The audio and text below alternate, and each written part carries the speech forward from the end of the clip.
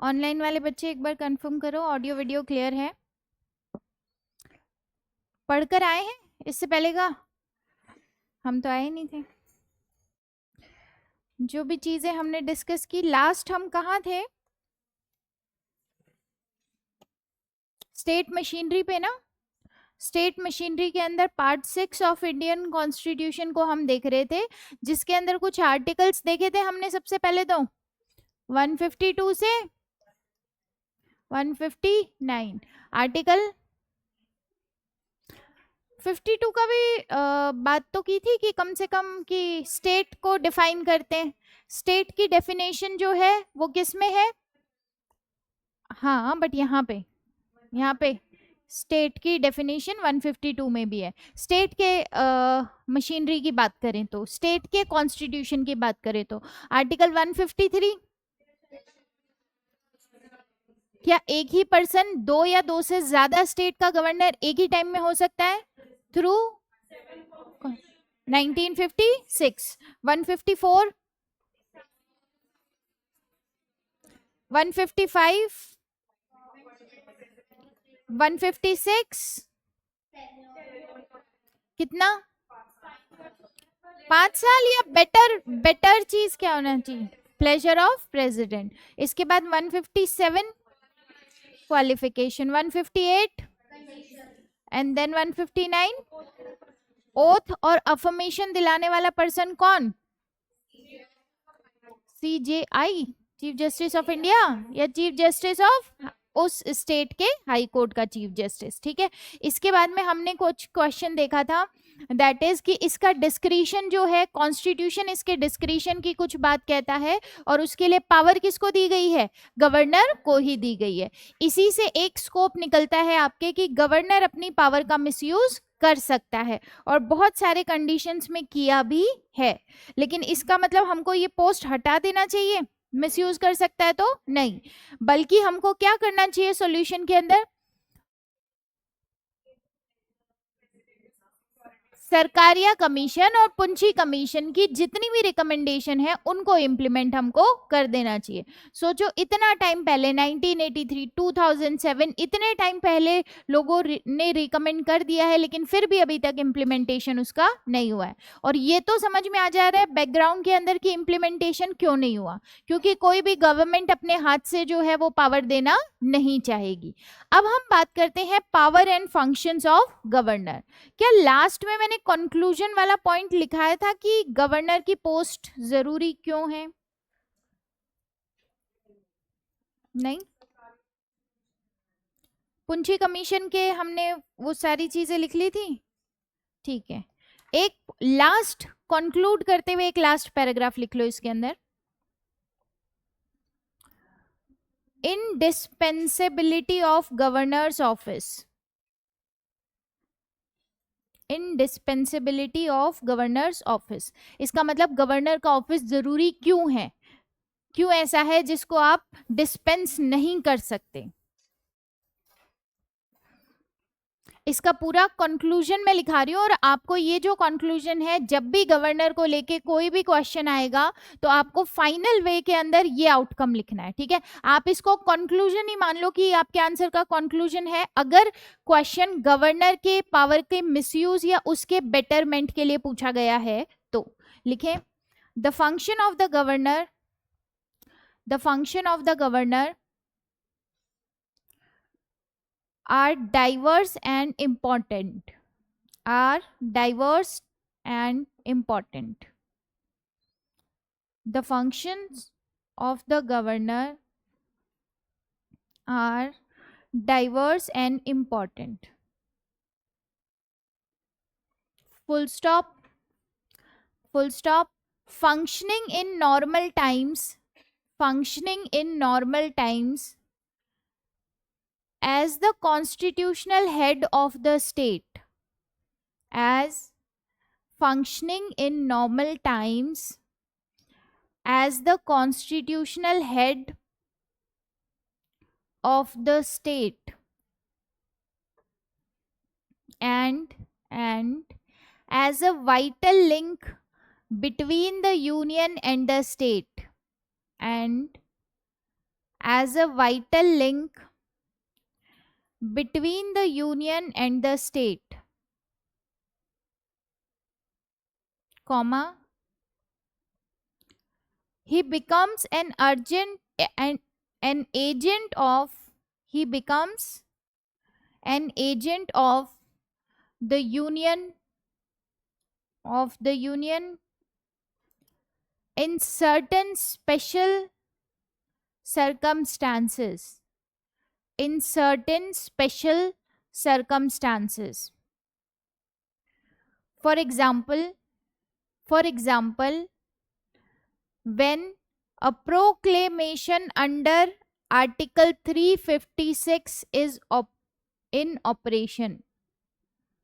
For example, when a proclamation under Article 356 is in operation. Full stop करके फिर continuation में ही जाना है. He fills the vacuum and ensures continuity in executive government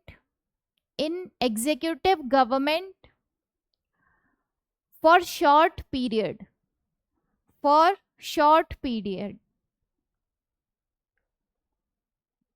during which no council of minister is available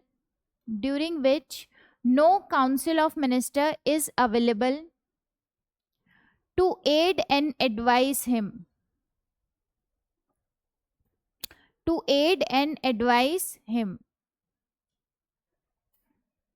The governor is the key functionary of the system.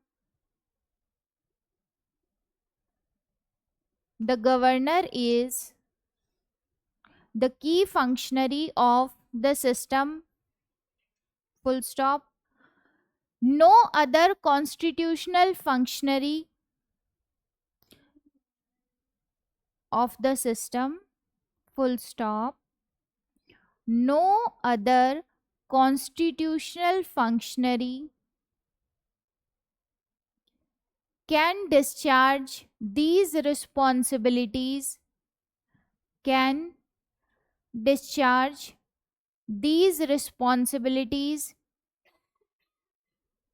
in addition to his own duties.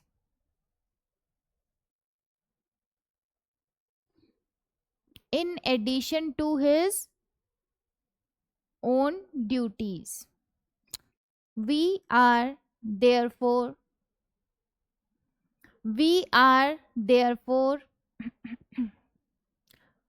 comma, of the firm view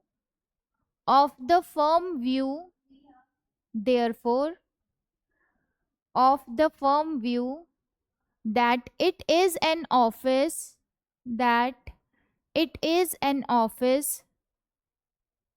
which cannot be dispensed with.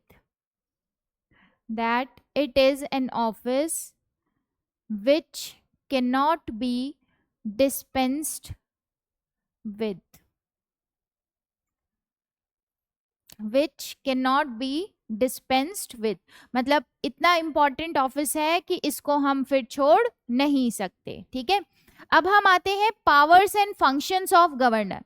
ये simple है, आपको पढ़ने में आसान लगेंगे, इसमें कुछ भी कॉम्प्लिकेटेड नहीं है और आधी से ज्यादा चीजें आपको पहले से पता होंगी. देखना जरा.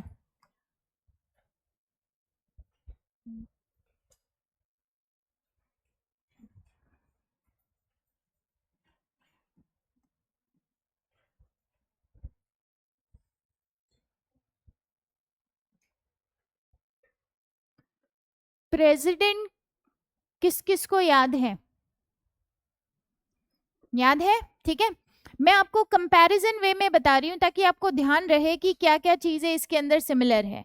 एक बार के लिए अगर मैं दो कैटेगरी के पर्सन को यहाँ पे मेंशन करूं, एक है प्रेसिडेंट और दूसरे है गवर्नर.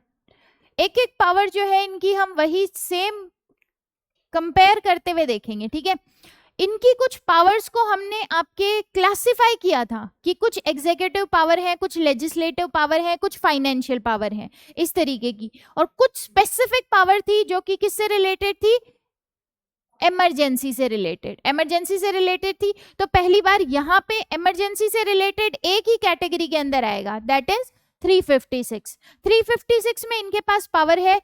वहां पे दो चीजें बोली थी हमने, या तो सेंटर सुओ मोटो कर ले, खुद से ऐसा सोच ले कि भाई हाँ इनका सिस्टम नहीं चल रहा कॉन्स्टिट्यूशन के अकॉर्डिंग, या कि ये पर्सनैलिटी ऐसी रिपोर्ट भेज दे वहां पर कि भैया यहाँ तो कॉन्स्टिट्यूशनल मशीनरी क्या हो गई है, कंप्लीटली फेल हो गई है। पहले नंबर पे इनकी एग्जीक्यूटिव पावर डिस्कस की थी, अब इनकी एग्जीक्यूटिव पावर डिस्कस करने जा रहे हैं। इनकी क्या थी एग्जीक्यूटिव पावर सेंटर को लेकर, कि सारी एग्जीक्यूटिव पावर इनमें होंगी। ऐसे हमने यहाँ पे भी देख लिया, सारी एग्जीक्यूटिव पावर्स जो है वो किस में होगी, सेंटर की, स्टेट की सारी एग्जीक्यूटिव पावर जो है वो इस पर्सन के पास होगी। इसके बाद और क्या पावर थी इनकी एग्जीक्यूटिव, अकाउंटेबिलिटी थी। यहाँ पर ये पर्सनैलिटी जो है वो आपके दूसरी पर्सनैलिटी को अपॉइंट करता है, दैट इज पीएम एंड इसकी काउंसिल ऑफ मिनिस्टर। और ये पीएम की ड्यूटी बनती है कि इसको एडमिनिस्ट्रेशन से रिलेटेड और लेजिस्लेशन से रिलेटेड सारी जानकारियां क्या करें, प्रोवाइड करें। तो यहाँ पर भी ये जिस पर्सन को आपके अपॉइंट कर रहा है एज अ सीएम, उसकी ड्यूटी बनती है कि वो इसको सारी की सारी जानकारियां जो है वो प्रोवाइड करे। क्लियर? क्या मैं ये भी बोल सकती हूँ कि आर्टिकल 356 भी इसकी एक एग्जीक्यूटिव पावर है, क्योंकि यहाँ पर भी ये रिपोर्ट किसको भेजता है, सेंटर को, कि यहाँ पे तो कॉन्स्टिट्यूशनल मशीनरी हो गई बेकार, अब आप यहाँ पे आके प्रेसिडेंट रूल जो है वो स्टार्ट कर दिया जाए। क्या ये बहुत सारे लोगों का अपॉइंटमेंट करता था, क्या करता था बहुत सारे लोगों का अपॉइंटमेंट, कैग और ऐसे बहुत सारी personality, PM, council of minister, supreme court, high court जजेस, इतनी सारी पर्सनैलिटी का ये करता है। तो ये भी कुछ लोगों का आपके क्या करता है, अपॉइंटमेंट करता है। जैसे फॉर एग्जाम्पल इसकी बात करूं तो ये इलेक्शन कमिश्नर को अपॉइंट करता है, तो ये स्टेट के इलेक्शन कमिश्नर के ऊपर इसका रोल आएगा। तो जैसे अपॉइंटमेंट पावर्स इनके पास थी, वैसे ही अपॉइंटमेंट पावर्स इनके पास है, बट यहाँ पर ये पावर दोनों की कंपेयर करें तो इनकी थोड़ी कम है। इनकी कम इसलिए है क्योंकि मेजॉरिटी ऑफ ऐसी पोस्ट जिनको प्रेसिडेंट अपॉइंट करते हैं उनको प्रेसिडेंट हटा भी सकते हैं, बट गवर्नर के केस में ये सिचुएशन सही नहीं है। इनकी बहुत सारी पर्सनैलिटी ऐसी आएंगी जिनको अपॉइंट तो गवर्नर ने किया है स्टेट के अंदर या स्टेट मशीनरी के अंदर, लेकिन उनको हटाने की पावर किसकी है, प्रेसिडेंट की है। क्या ये बात समझ आई? बाकी सभी पावर तो लगभग सिमिलर सी दिख रही है मुझे। एग्जीक्यूटिव पावर का पूरा सेंटर यही है, यही सारा हेड यही है, नाम का हेड तो यही है। जैसे यहाँ पे भारत सरकार के सारे काम इसके नाम से होंगे, तो यहाँ पर राज्य सरकार के सारे काम इसके नाम से होंगे। ये चलेगा भाई, नाम के अंदर, रिकॉर्ड के अंदर ये चलेगा कि ये गवर्नमेंट इसके नाम से काम कर रही है। जैसे ये अपॉइंट करेगा लोगों को, वैसे ये अपॉइंट करेगा। जैसे ये पीएम से आपकी ड्यूटी बनती है पीएम की कि ये भाई इसको प्रोवाइड करो सारी इंफॉर्मेशन, वैसे ही यहाँ पे सीएम की ड्यूटी बनती है कि इनको आप सारी इंफॉर्मेशन प्रोवाइड करो। बस एक चीज का डिफरेंस है, ये जितने लोगों को अपॉइंट करते हैं उतने लोगों को हटा सकते हैं, और ये नहीं। कुछ पर्सनालिटी ऐसी आएंगी और वो हम पर्सनालिटी टू पर्सनालिटी ही बात करेंगे उनकी। कुछ पर्सनालिटीज ऐसी आएंगी जिनको अपॉइंट तो ये करेगा लेकिन हटाने की पावर इसके पास नहीं है। तो यहाँ पे मैं बोल सकती हूँ कि गवर्नर जो है वो थोड़ा सा कमजोर है। लिखो, सबसे पहले हेडिंग डालो, एग्जीक्यूटिव। बिल्कुल है, बिल्कुल है, हाँ पार्डनिंग पावर भी है, बस इसकी पार्डनिंग पावर जो है कम है। कम इन द सेंस कि यूनियन लॉ तक नहीं जा सकती, स्टेट लॉ तक जाएगी, ठीक है। और जब प्रेसिडेंट की मैंने बात की थी तो मैंने बात किया था मार्शल लॉ तक उसकी पावर जाती है। कोर्ट मार्शल अगर किसी पर्सन का हुआ है उसको भी आपके माफ कर सकता है प्रेसिडेंट, ठीक है, बट ये नहीं कर सकता। और डेथ सेंटेंस को ये माफ नहीं कर सकता, ठीक है। वो तो डेथ सेंटेंस दिया था तब भी उसको पर्सन को माफ कर सकते हैं, पार्डन, आप मान लो पार्डन, रिसाइट, रिस्पाइट जो भी आप करना चाहो, बट ये डेथ सेंटेंस को नहीं कर सकते। लिखना स्टार्ट करें।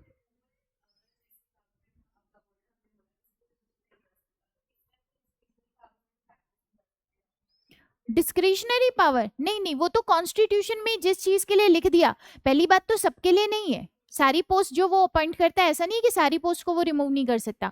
कुछ पोस्ट ऐसी हैं जिसके ऊपर वो बिठाएगा लोगों को, लेकिन उनको रिमूव नहीं कर सकता।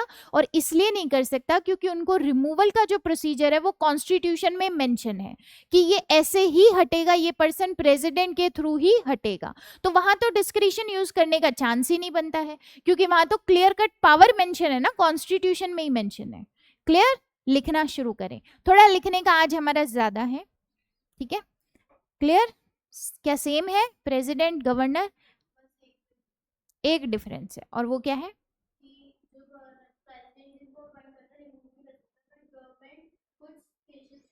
गवर्नमेंट या गवर्नर? गवर्नर कुछ कंडीशन के अंदर, या मैं बोलूं कुछ पर्सनालिटी को अपॉइंट तो करेगा, लेकिन उनको हटाने की पावर उसके पास नहीं होगी। ठीक है, लिखे executive power. Executive power, all the executive power of the state shall be vested in governor. All the executive power of the state shall be vested in governor. Shall be vested in governor. जल्दी उठा दिया क्या आज मानवी तुमको? तब ठीक नहीं है। नेक्स्ट पॉइंट, इसका आर्टिकल 154 है, आप पहले भी लिख चुके हो, बट अगर इसको ब्रैकेट में लिखना चाहो तो लिख लो, article 154। Next point, all executive action of the government, all executive action of the government of a state, of the government of a state are formally taken in his name, are formally taken in his name, in his name. एक article और लिखो, article 167, article 167। नहीं नहीं, हाँ, executive power का third point है, 166 से लेना देना नहीं है उसका। ठीक है, एग्जीक्यूटिव पावर में फर्स्ट लिखा सारी पावर इसके पास है, ठीक है, सारे काम इसके नाम से होंगे। अब 167 लिख रहे हैं, it shall be the duty of CM,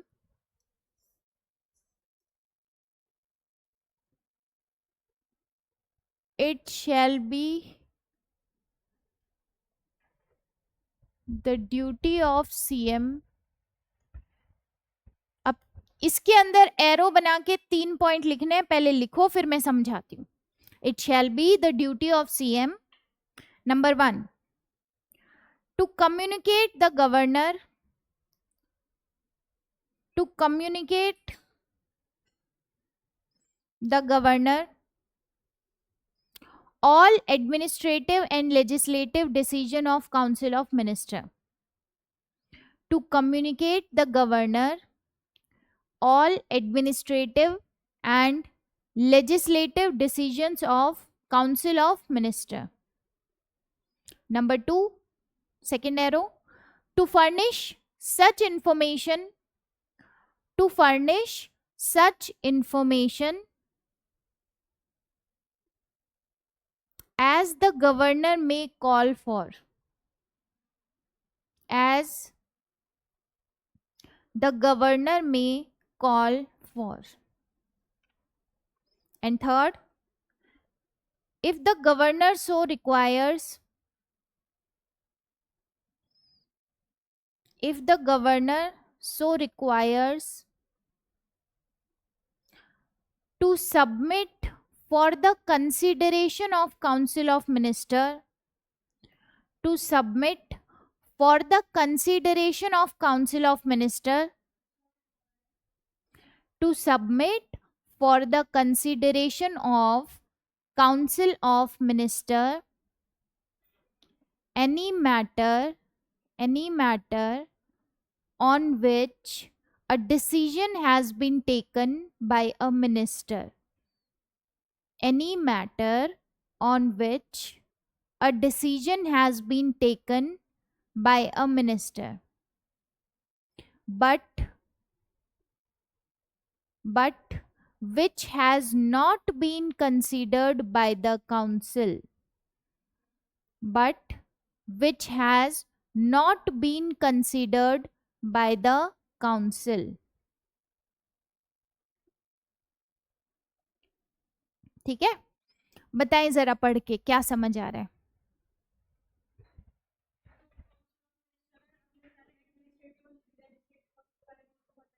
ठीक है, स्टेट के अंदर दो पर्सनालिटी की बात कर रहे हैं। ये एक पर्सनालिटी जो है इसका नाम है गवर्नर, जिसको हम पढ़ रहे हैं, और दूसरी पर्सनालिटी जो है वो कौन सी है, सीएम। ठीक है, जैसे प्रेसिडेंट और पीएम वैसे ही गवर्नर और सीएम। ठीक है, ये सीएम की ड्यूटी बनती है अंडर आर्टिकल 167 कि ये एडमिनिस्ट्रेशन से रिलेटेड प्लस लेजिस्लेशन से रिलेटेड जितनी भी इंफॉर्मेशन है वो किसको प्रोवाइड करे, गवर्नर को प्रोवाइड करे। वो मांगे चाहे ना मांगे, आपकी ड्यूटी बनती है कि आपकी सरकार क्या प्रशासनिक काम कर रही है, आपकी सरकार ने क्या क्या लेजिस्लेटिव की प्रोसीजर स्टार्ट की है।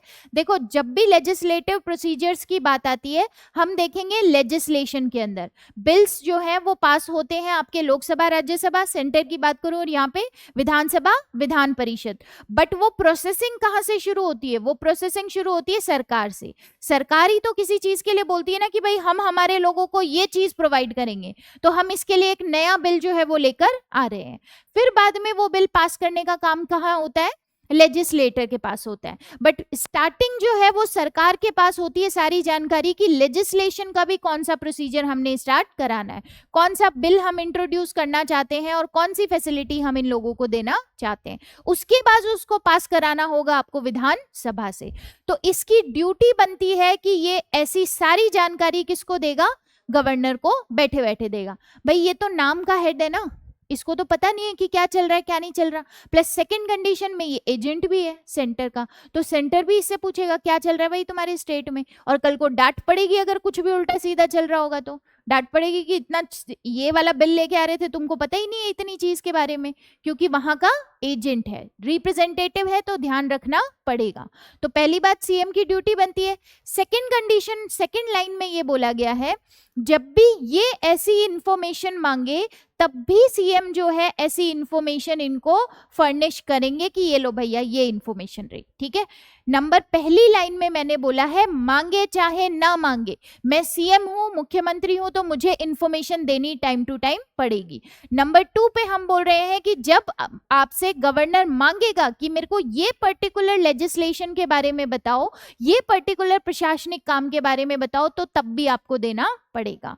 ठीक है, and number third important point देखना जरा, एक काउंसिल ऑफ मिनिस्टर होगी इनकी, स्टेट की भी, CM plus council of minister. ये बहुत सारे काउंसिल ऑफ मिनिस्टर्स में मिनिस्टर्स बैठे हैं, जैसे सेंटर में बैठे थे वैसे ही यहाँ स्टेट में बैठे हैं।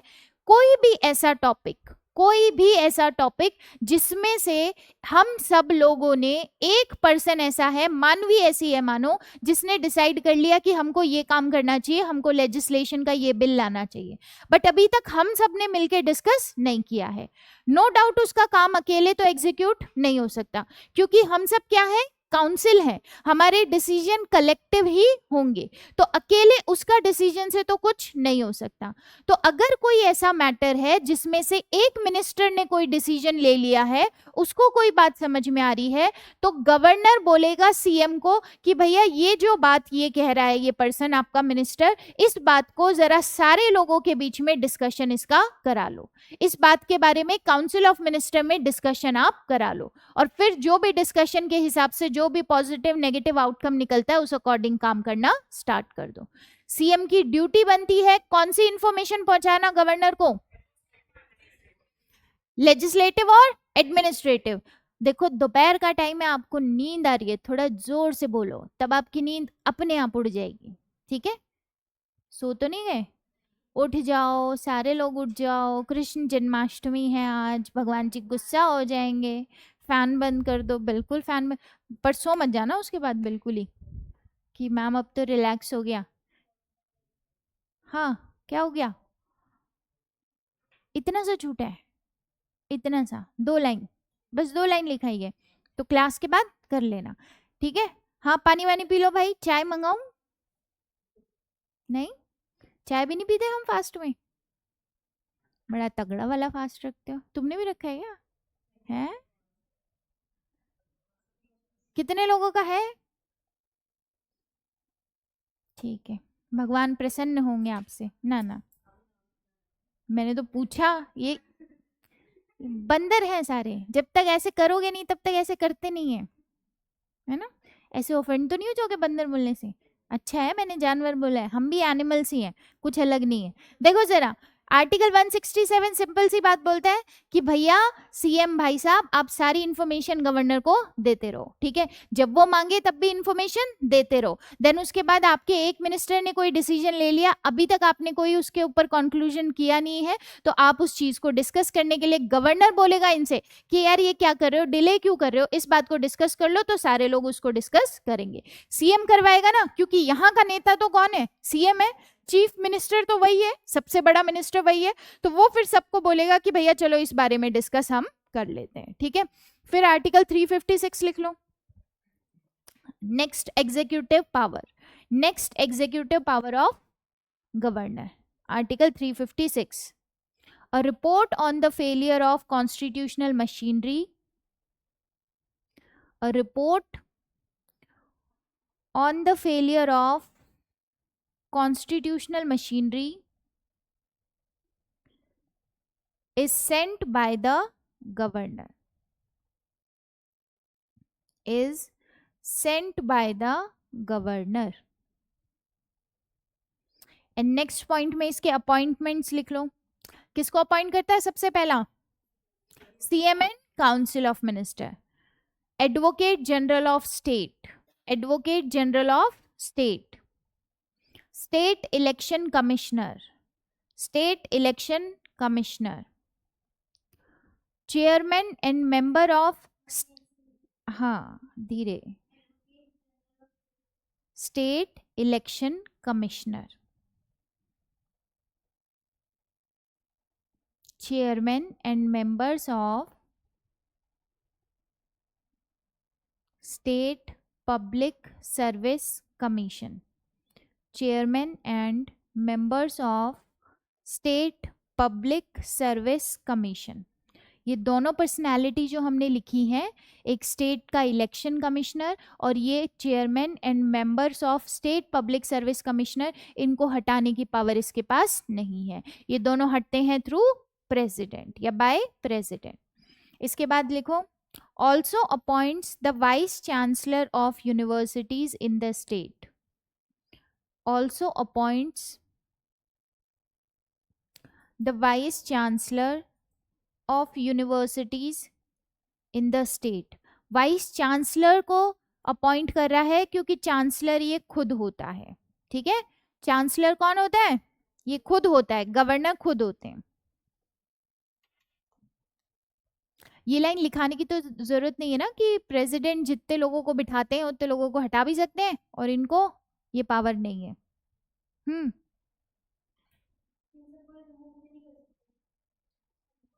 सबके लिए नहीं बोला, अभी तो सिर्फ दो पर्सनैलिटी ऐसी देखी हमने, ठीक है, state election commissioner and SPSC जो है उसके चेयरमैन एंड मेंबर। जैसे सेंट्रल लेवल की रिक्रूटमेंट और इन सब चीज़ों के लिए कौन, UPSC, union public service commission, IAS का एग्जाम कराने वाली, ऐसे ही हर स्टेट के अंदर अपना पब्लिक सर्विस कमीशन भी होता है जो कि अपने स्टेट का एग्जाम कराता है, उसके चेयरमैन और उसके मेंबर्स जो होते हैं वो अपॉइंट गवर्नर करता है, लेकिन हटाने की पावर गवर्नर को नहीं है। क्लियर, ये हो गई एग्जीक्यूटिव पावर।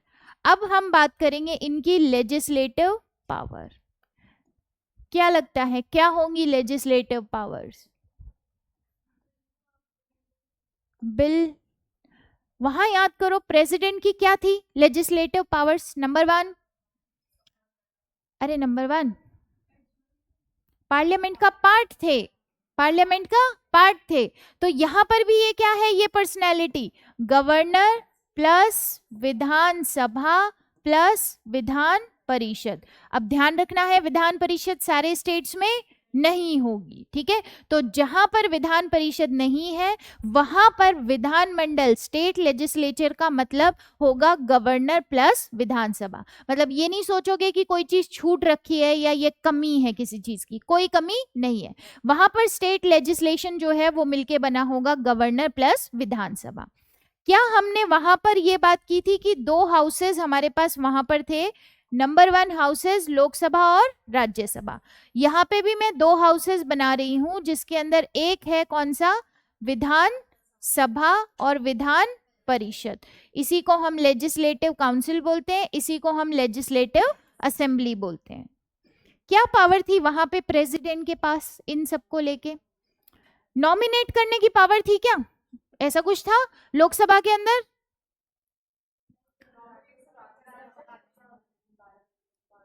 बट पहले एक तो पावर थी ना एंग्लो इंडियन, जिसको हमने रिमूव कर दिया।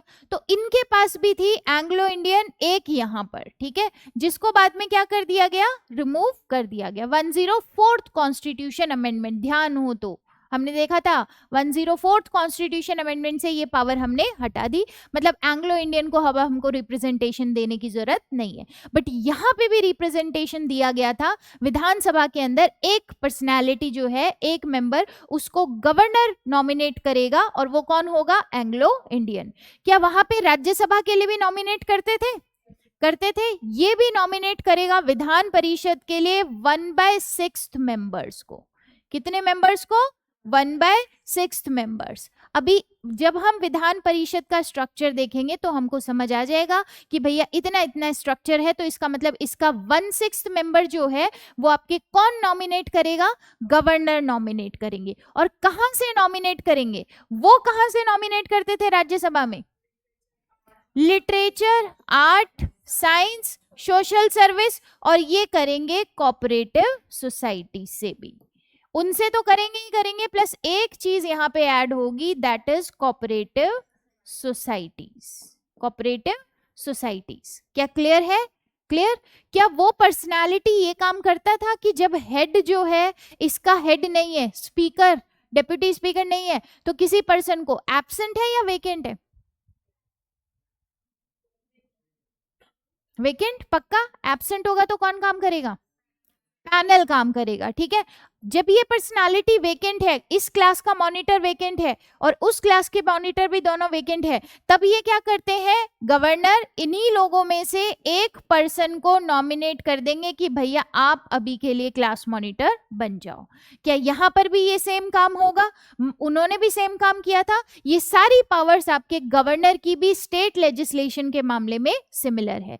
उसके बाद में ये समन भी करेंगे, समन भी करेंगे, प्रोरोग भी करेंगे और डिसॉल्व भी करेंगे। अब यहाँ पे डिसॉल्व करने की पावर में तो ये अपना डिस्क्रिशन यूज करते ही है, मिसयूज भी करते हैं, हमने देखा ही है। नॉर्मल कंडीशन में तो यही है कि भैया आप काउंसिल ऑफ मिनिस्टर की एडवाइस पे काम करो, बट यहाँ पर कॉन्स्टिट्यूशन में बैकअप इनके डिस्क्रिशन पावर को दे दिया गया है, तो ये पर्सनैलिटी अपना डिस्क्रिशन किसी भी चीज के अंदर बता सकता है। सोचो जरा, जब हम मनी बिल की बात करते हैं, मनी बिल की, ठीक है, तो वो जो सेंटर है वो आपके पास, प्रेसिडेंट के पास मनी बिल जाता है तो वो लिमिटेड चॉइस होती है उसके पास उस पे एक्ट करने की। बट ये पर्सन के पास जब मनी बिल आएगा तो ये उसको प्रेसिडेंट के लिए रिजर्व भी कर सकता है, मनी बिल को भी रिजर्व कर सकता है। भैया मेरा डिस्क्रिशन, मैं कह रहा हूं मेरा डिस्क्रिशन, बजट को भी रिजर्व कर सकता है प्रेसिडेंट के लिए। समझ आ रहा है? बजट मनी बिल ही होता है, तो इसका डिस्क्रिशन कहाँ है, ये डिसीजन कौन लेता है, ये खुद लेता है। तो इसलिए पावर का मिसयूज होने के चांसेस ज्यादा हैं। बट जब हम ये बोल रहे हैं कि पावर का मिसयूज होने के चांसेस ज्यादा है, तो आप ये मत सोचना, क्योंकि हमारा थिंकिंग हमेशा नेगेटिव डायरेक्शन में जाता है कि मतलब वो नेगेटिव ही रहा है, नहीं। बट इसको ध्यान रखना है कि भाई नेगेटिव सेंस में इस पावर का मिसयूज किया जा सकता है, बट सही काम भी चल रहा है, इसीलिए ये सिस्टम जो है आज तक सरवाइव कर रहा है। क्लियर है इतनी बात? क्या क्या लेजिस्लेटिव पावर्स है इनके पास? हाँ ठीक है, और विधानसभा में एक एंग्लो इंडियन जिसको अब रिमूव कर दिया गया। देन इसके बाद विधान परिषद में 1/6 मेंबर, कहां से? लास्ट तो था ही, LASS तो था ही, प्लस कोऑपरेटिव सोसाइटीज। जब यहाँ पे मॉनिटर नहीं है तो किसी भी पर्सन को एज अ मॉनिटर ये चूज करके बिठाएगा। यहाँ पे भी मॉनिटर नहीं है, वेकेंट है, तो ये किसी भी पर्सन को यहाँ पे मॉनिटर करके बिठाएगा। ये हाउस को समन कर सकता है, प्रोरोग कर सकता है और डिसॉल्व भी कर सकता है। क्लियर? और ये किसी भी टाइम में जाके स्पेशल एड्रेस भी दे सकता है। जैसे प्रेसिडेंट भी जब पहली बार लोकसभा का सेशन होता है, साल के पहले सेशन होते हैं और नया जनरल जनरल इलेक्शंस के बाद नया सेशन जब होता है तो एड्रेस करने कौन जाता है, प्रेसिडेंट जाते हैं। वैसे ही ये भी पर्सन जो है स्पेशल मैसेज पहुंचाने भी कभी भी जा सकता है साल में, प्लस फर्स्ट टाइम जब बैठेंगे तब भी आपके ये स्पेशल एड्रेस इसका होगा। क्लियर? लिखो लेजिस्लेटिव पावर्स। हाँ प्राची, बिल्कुल एग्जीक्यूटिव पावर ही है, हम कंपेयर करके देखेंगे इसलिए हम बाद में करेंगे। Legislative powers, number 1, integral part of the state legislature.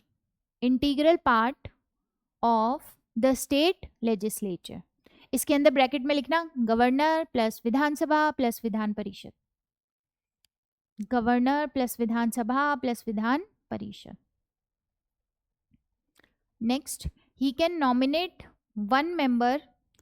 देखो अब ये प्रोविजन रिमूव कर दिया, ठीक है, एक बार सब लोग बोर्ड पे देखे, अब ये प्रोविजन रिमूव कर दिया गया है। कौन सा प्रोविजन? एंग्लो इंडियन का। मैं फिर भी आर्टिकल वाइज लिखा रही हूँ, क्यों? क्योंकि पहले तो था, और क्वेश्चन आपके ऐसे बहुत सारे क्वेश्चन ऐसे बने हैं कि ओरिजिनल जो कॉन्स्टिट्यूशन था उसमें ये चीज़ थी, बाद में रिपील कर दी गई।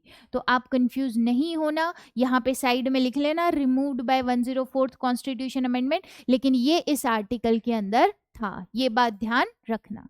आर्टिकल 333 है ये, लास्ट में ब्रैकेट में लिख लेना।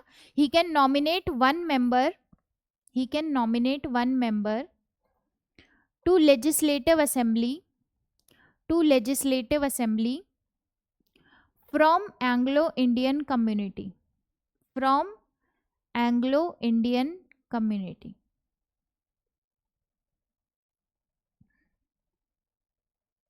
और removed by 104th constitution amendment, और साल कौन सा था? 2019। 333, 3 बार 3 हो गया मैजिकल नंबर। मैजिकल नंबर आजकल बहुत चल रहा है ना ये सब चीजें मार्केट में, नहीं? हाँ, एंजल नंबर्स, हाँ एंजल नंबर्स, ये मैनिफेस्टेशन, आजकल मार्केट इन्हीं चीज़ों का है। मोटिवेशन, हम लोगों में से कितने लोग बिलीव करते हैं?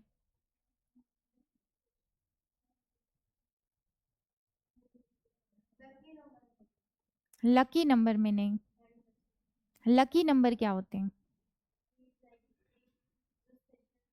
अच्छा, नॉर्मल जनरल वे में बोल रही हूँ, मुझे लगा जैसे एंजल नंबर होते हैं ऐसे लकी नंबर भी कुछ होते होंगे।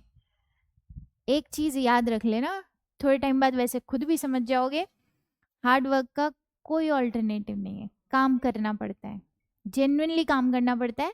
और एक ऐसा पर्सन, दो लोगों को आप कंपेयर करो कि एक पर्सन अगर सिर्फ सोच रहा है और इनडिसीजन की कंडीशन में, मेजॉरिटी ऑफ आज का यूथ जो है ना वो इनडिसीजन वाली चीज़ में है। हर दिन सोच रहे हो, हर दिन सोच रहे हो, रात को पढ़ाई करेंगे, रात हो जा रही है, फिर सुबह पढ़ाई करेंगे, सुबह हो जा रही है, सुबह सोच रहे हो नहीं नहीं आज तो पूरा दिन है, आज तो शाम तक पढ़ाई करेंगे ही करेंगे, फिर शाम तक पता चला नहीं हुई, फिर अगले दिन, ये इनडिसीजन वाले ट्रैप में आप फंस चुके हो, आप अपने लिए डिसीजन नहीं ले पा रहे हो, ठीक है? और ये चीज बहुत खतरनाक है, जेन्युइनली बहुत खतरनाक है। इसको तोड़ने के लिए आप बिना सोचे समझे अपने काम से अपने इमोशन को थोड़ा सा साइड में रखो, क्योंकि प्रॉब्लम सिचुएशन ये है कि आपके इमोशंस ऐसे होते हैं कि नींद आ रही है, ठीक है, थक गए हैं। हमारे इमोशंस वो मार्क जकरबर्ग जैसे नहीं है कि भैया ये रूल करना है वर्ल्ड को, या ये करना है वो करना है। हमारा इमोशन बहुत छोटी चीज में आ जाएगा कि भैया अब तो समोसा खाने का मन कर रहा है, अभी तो मेरा बेड पे लेट के नेटफ्लिक्स करके चिल करने का मन कर रहा है। तो इसलिए इमोशन को थोड़ा साइड में रख के कुछ चीजें ऐसी होनी चाहिए जो करना है तो करना है। नहाते हो ना डेली, नहाना है तो नहाना है, ठीक है? तो ऐसे ही हैबिट में होना चाहिए कि भैया पढ़ना है तो पढ़ना है, ये काम मेरे को करना ही है, इसके बाद में फिर मैं चाहे दूसरा काम कितना ही कर ले, कोई दिक्कत नहीं है।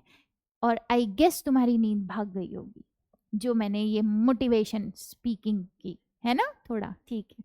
चलो नेक्स्ट लिखो, nominate 1/6 of members, nominate 1/6 of members of state legislative council, of state legislative council, आप इसको विधान परिषद भी लिख सकते हो, state legislative council from literature,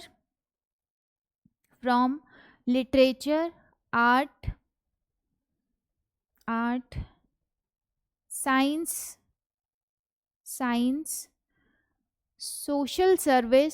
social service and cooperative service,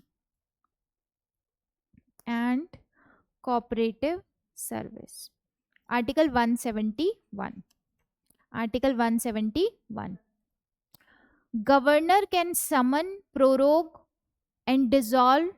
Governor can, next point है, governor can summon, prorogue and dissolve state legislative assembly. मैंने सिर्फ legislative assembly लिखाया है अभी, इसका मतलब लेजिस्लेटिव काउंसिल पढ़ेंगे हम तो कुछ उसमें वो परमानेंट वाला, हाउस वाला, ये सारी चीजें आ सकती है, माइंड में रखना आ सकती है, ठीक है। स्टेट लेजिस्लेटिव असेंबली, ये आर्टिकल 174 है अगर लिखना चाहो तो। देन सेकंड मतलब next, the governor may address the legislative assembly, the governor may address the legislative assembly and may send messages to the house,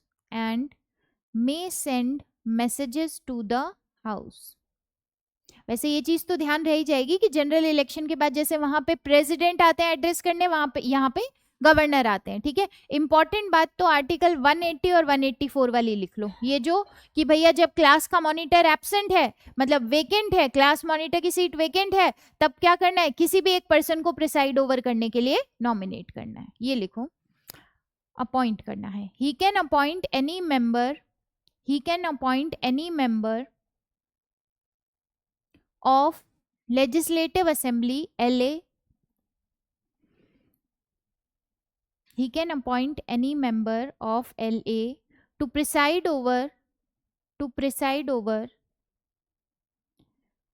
when the offices of both the speaker and deputy speaker fall vacant, when the offices of both the speaker and deputy speaker fall vacant, ये था article 180।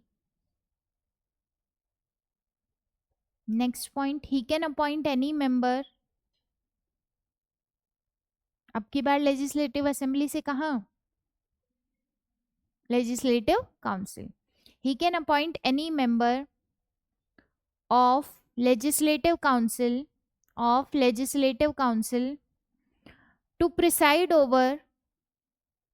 to preside over when the offices of both chairman and deputy chairman fall vacant, when the offices of both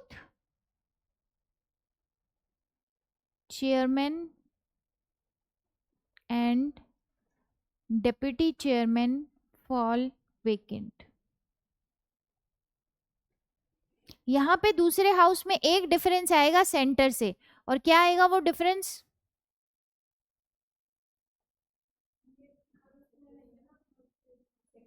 पहली बात तो ये हर state में नहीं है, दूसरी बात वाइस प्रेसिडेंट, चेयरमैन, ऐसा कोई कॉन्सेप्ट यहाँ पर नहीं आएगा, ठीक है। यहाँ पे जो चेयरमैन होगा उसको भी हम देखते हैं किस तरीके से वहां पर बिठाएंगे, क्योंकि यहाँ कोई वाइस गवर्नर जैसा सिचुएशन नहीं है। क्या हमको ये ध्यान है कुछ पॉइंट्स कि भैया अगर आप अपनी सिटीजनशिप चेंज कर लो या फिर आप मेंटल अनसाउंड हो या फिर बैंकरप्ट हो, ठीक है, या फिर ऑफिस ऑफ प्रॉफिट होल्ड करते हो, तो सेंट्रल लेवल पे एक एमपी अगर ये काम करता है, मेंबर ऑफ पार्लियामेंट, चाहे लोकसभा का हो चाहे राज्यसभा का हो, तो इसको हटाने कौन आएगा, इसको हटाने आएंगे प्रेसिडेंट। सेम कंडीशन के अंदर हमने बात की थी इन्हीं चीजों पे, जब एक एमएलए या फिर आपके एमएलसी जिसको आप बोलते हो मेंबर ऑफ लेजिस्लेटिव काउंसिल, इनके डिस्क्वालिफिकेशन की बात आएगी तो डिस्क्वालीफाई करने कौन आएंगे, गवर्नर। क्या इन 4 ग्राउंड पे ही सिर्फ इन 4 ग्राउंड पे ही वहां पे किसकी पावर थी? प्रेसिडेंट की, और यहाँ पे किसकी पावर है? गवर्नर की। ठीक है, उन्होंने किससे हेल्प ली थी, किससे एडवाइस ली थी? ECI, election commission of India. ये किससे हेल्प लेंगे प्रणव? State election commissioner. बिल्कुल गलत, वहां पे हमने बोला था इलेक्शन कमीशन ऑफ इंडिया से ही। अब आपको ये डाउट क्यों आया स्टेट इलेक्शन कमीशन? क्योंकि आपको लगा जैसे सेंटर में इलेक्शन कमीशन ऑफ इंडिया, वैसे स्टेट के अंदर स्टेट का इलेक्शन कमीशन। नहीं, ऐसा कुछ नहीं है। जैसे हम कह रहे हैं प्रेसिडेंट और उसी को कंपेयर करें स्टेट के अंदर तो गवर्नर, तो ऐसा कोई नहीं है, ऐसा कोई कंपैरिजन नहीं है। ये दोनों कंप्लीटली डिफरेंट बॉडी है। इलेक्शन कमीशन ऑफ इंडिया का काम है इंडिया के अंदर इलेक्शन कराना, चाहे सेंट्रल लेवल के इलेक्शन हो चाहे स्टेट लेवल के इलेक्शन हो। एक स्टेट में भी जब चुनाव होगा तो स्टेट का इलेक्शन कमीशन नहीं करा रहा है उस चुनाव को कराने की जिम्मेदारी किसकी है? इलेक्शन कमीशन ऑफ इंडिया की। तो जब इनका चुनाव कराने की जिम्मेदारी इसकी है तो एडवाइस इससे क्यों लोगे आप? इससे क्यों एडवाइस लोगे कि इनको हटाना है या नहीं हटाना? ठीक है, ये जो बॉडी है ये पंचायतों और लोकल बॉडीज के लिए बनी हुई है। इसका इन स्टेट के चुनाव से भी कोई लेना देना नहीं है। विधानसभा, विधान परिषद के चुनाव, इन सब से इसका कोई लेना देना नहीं है। इलेक्शन कमीशन ऑफ इंडिया का कोई सब्सिडियरी यहाँ पर ये अथॉरिटी नहीं है। ऐसे नहीं सोचना जैसे सुप्रीम कोर्ट फिर उसके बाद स्टेट्स में उनके हाई कोर्ट, ऐसा कोई इंटीग्रेटेड सिस्टम या इसका इससे कोई लेना देना है, तो इसका इससे कोई लेना देना नहीं है। क्या ये बात क्लियर है? जब प्रेसिडेंट हटाने आएंगे एक एमपी को इन 4 ग्राउंड्स के ऊपर, डिस्क्वालीफाई करने आएंगे, तो किससे पूछेंगे? Election commission of India. जब गवर्नर इन 4 ग्राउंड के ऊपर एक एमएलए या फिर एक एमएलसी को हटाने आएंगे, डिस्क्वालीफाई करने आएंगे, तो किससे पूछेंगे? Election commission of India. कभी भी इसके अंदर ये ध्यान नहीं आना चाहिए कि स्टेट का इलेक्शन कमीशन का रोल आएगा। स्टेट का इलेक्शन कमीशन ऑफ इंडिया की कोई बॉडी नहीं है यहाँ पे स्टेट में, वो अलग पर्पस के लिए बनी हुई है। वो 73rd 74th कॉन्स्टिट्यूशन अमेंडमेंट जिसमें हम लोकल गवर्नमेंट की बात करते हैं उनके लिए बनाई गई है। ठीक है, ऐसे ही हमारे पूरे इंडिया का एक फाइनेंस कमीशन है, वैसे ही स्टेट का फाइनेंस कमीशन है, लेकिन इनका आपस में कोई लेना देना नहीं है। क्या ये बात समझ आ गई? लिखो इस पॉइंट को, आर्टिकल 192। कौन सा वाला, कौन सा पॉइंट? 184। 184 लेजिस्लेटिव काउंसिल वाला ही पूछा ना, 184। आर्टिकल 192 लिखो अब। गवर्नर डिसाइड्स, हाँ अलग से है। नेक्स्ट, रुको, लेजिस्लेटिव पावर्स लिख रहे हैं ना, नेक्स्ट पॉइंट लिख रहे हैं उसमें ये कि ये डिस्क्वालीफाई करने भी आएगा ना एमएलए वगैरह को, तो ये भी इसकी लेजिस्लेटिव पावर्स है। Governor decides the disqualification of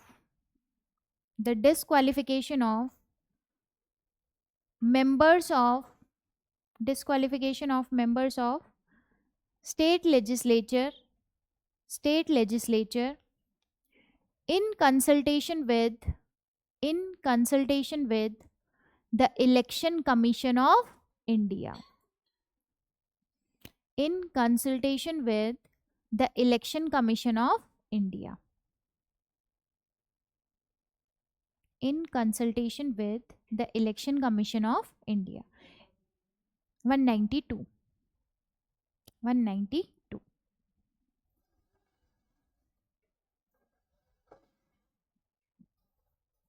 अब कोई भी बिल अगर प्रेजेंट किया जाता है गवर्नर के पास में, तो क्या क्या ऑप्शन है गवर्नर के पास?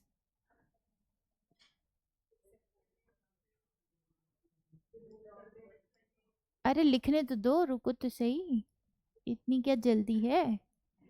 नंबर 1 ऑप्शन बताएं,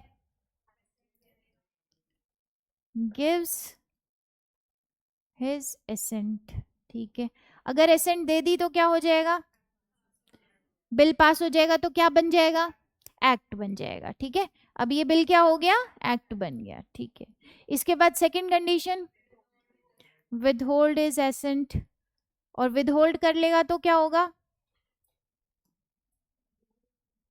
तो विदहोल्ड हो जाएगा। कितनी सिंपल सी तो बात है मैम, क्या पूछ रहे हो, ये क्या बकवास है, ये क्या चल रहा है दुनिया में। विदहोल्ड कर लेगा तो क्या हो जाएगा, विदहोल्ड हो जाएगा, सिंपल। एक और सिंपल लाइन है, बिल एंड हो जाएगा, बिल खत्म हो जाएगा। विदहोल्ड होना मतलब रोकना, ठीक है, लेकिन बिल नहीं रुकेगा। अब बिल खत्म हो गया, ठीक है। विदहोल्ड हिज एसेंट, तो बिल क्या हो जाएगा अब, एंड्स, बिल एंड्स। नंबर 3 के ऊपर क्या कर सकता है, रिकंसिडर करने के लिए भेजे, रेशन के लिए, और फिर अगेन इसके पास आता है तो फिर बाउंड टू गिव असेंट, ठीक है, देना ही पड़ेगा। देन उसके बाद चौथा एक और कंडीशन है इसके पास, रिजर्व कर देगा ये प्रेसिडेंट के लिए, reserve the bill for president. किसका मतलब, इसके पास कोई बिल आया है और आपने मेरे पास ये पन्ना लेकर आए हो आप कि ये भैया ये हमने लेजिस्लेटिव असेंबली और लेजिस्लेटिव काउंसिल से पास करके, आपने भी पास कर दिया, इन्होंने भी पास कर दिया, मेरे पास आ गया। अब मैंने इसको पढ़ा और पढ़ने के बाद मुझे लगा ओ माय गॉड, इस पे तो हाई कोर्ट की पावर को छीनने की बात कर रहे हैं, ये तो ऐसा बिल है जिसमें हाई कोर्ट की पावर छीनने की बात कर रहे हैं। तो मैंने चुपचाप इस बिल के ऊपर, मेरे पास ऑप्शन है, हाँ कर दो, ना कर दो, रिकंसीडर करने के लिए भेजो। मुझे पता है मैंने रिकंसीडर के लिए भेजा तो मैं बिल्कुल बाउंड हो जाऊंगी, फिर तो आप मेरे को दोबारा भेजोगे तो मेरे को साइन करना पड़ेगा। तो मैंने यहाँ पे अपनी पावर का यूज करते हुए बोला कि मैं इस मामले में डिसीजन नहीं ले सकती, ये बिल रिजर्व कर रही हूँ प्रेसिडेंट। अब इसके ऊपर डिसीजन जो है वो कौन लेंगे, प्रेसिडेंट लेंगे। है ये स्टेट का बिल, लेकिन क्योंकि मैंने रिजर्व कर दिया इस बिल को प्रेसिडेंट के लिए, तो अब पावर किसकी आ गई है इसके ऊपर डिसीजन लेने की, प्रेसिडेंट की। अब प्रेसिडेंट डिसीजन लेंगे कि भैया इस बिल को हाँ करना है, ना करना है, दोबारा भेजना है, क्या करना है, ठीक है, रिजर्व कर सकते हैं। अब देखना जरा किन बिल्स को रिजर्व करेंगे।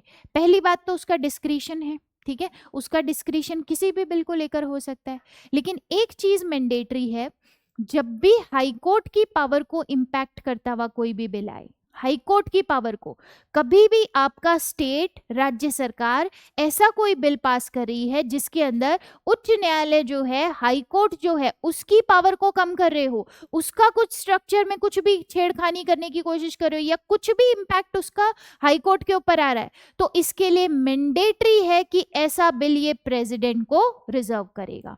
इसके लिए मैंडेटरी इसलिए है क्योंकि हाई कोर्ट की पावर इंपैक्ट हो रही है, तो अब आप सही अथॉरिटी नहीं हो डिसीजन लेने के लिए, अब सेंटर लेवल के ऊपर डिसीजन लिया जाना चाहिए, क्योंकि हाई कोर्ट तो इंटीग्रेटेड बॉडी है ना सुप्रीम कोर्ट से, सुप्रीम कोर्ट, हाई कोर्ट, उसके बाद लोकल कोर्ट्स, ये तो पूरा इंटीग्रेटेड सिस्टम है। अगर इसकी पावर को कुछ भी चेंज किया तो उसका इंपैक्ट उधर भी जाएगा, इसलिए अब डिसीजन गवर्नर ना लेकर अब डिसीजन कौन लेगा, सेंट्रल लेवल पे ही लिया जाएगा। तो मैंडेटरी है ऐसे बिल को रिजर्व करना प्रेसिडेंट के लिए, मतलब गवर्नर करेगा प्रेसिडेंट के एसेंट के लिए रिजर्व, कौन से बिल, जिसके ऊपर हाई कोर्ट के ऊपर कोई भी इंपैक्ट आ रहा है, और बाकी किन बिल्स को रिजर्व करेगा ये इसका डिस्क्रिशन है। क्या मनी बिल को भी रिजर्व कर सकता है, बिल्कुल कर सकता है, कोई दिक्कत नहीं है, इसका डिस्क्रिशन है। और क्योंकि कॉन्स्टिट्यूशन में लिख दिया गया कि भैया इसका डिस्क्रिशन मतलब ये खुद डिसाइड करेगा कि इसका डिस्क्रिशन क्या है, एज इट इज इसको बना लो। और यहां पर एक चीज लिख लेना जो हाई कोर्ट वाली है, मैं लिखा दूंगी, आप इतने तक आओ पहले। नहीं नहीं, नॉर्मल नॉर्मल है, प्रोसीजर वाइज जाओगे, एक बार देखो जरा सब लोग देखो, प्रोसीजर वाइज जाओगे तो भाई प्रोसीजर यही कहता है कि CM and council of minister की एडवाइस पे, बट नो डाउट ये किसी भी कंडीशन के अंदर अपने डिस्क्रिशन को बता सकता है। ये तो अपनी पावर मिसयूज करना होगा तो समन भी तो वैसे उनसे पूछ के ही करना होता है, एडवाइस पे ही करना होता है, बट कल को बोल देगा कि हाँ भाई मेरा डिस्क्रिशन मुझे लग रहा है, ठीक है।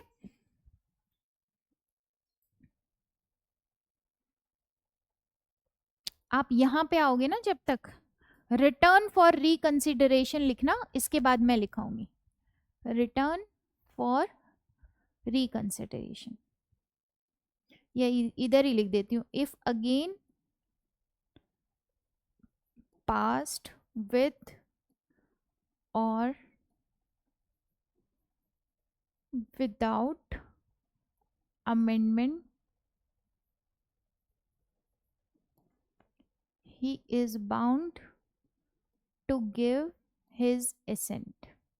इसका तो लिख लेना, फोर्थ वाले का मैं लिखा दूँ। क्या यहाँ तक समझ आ गया है?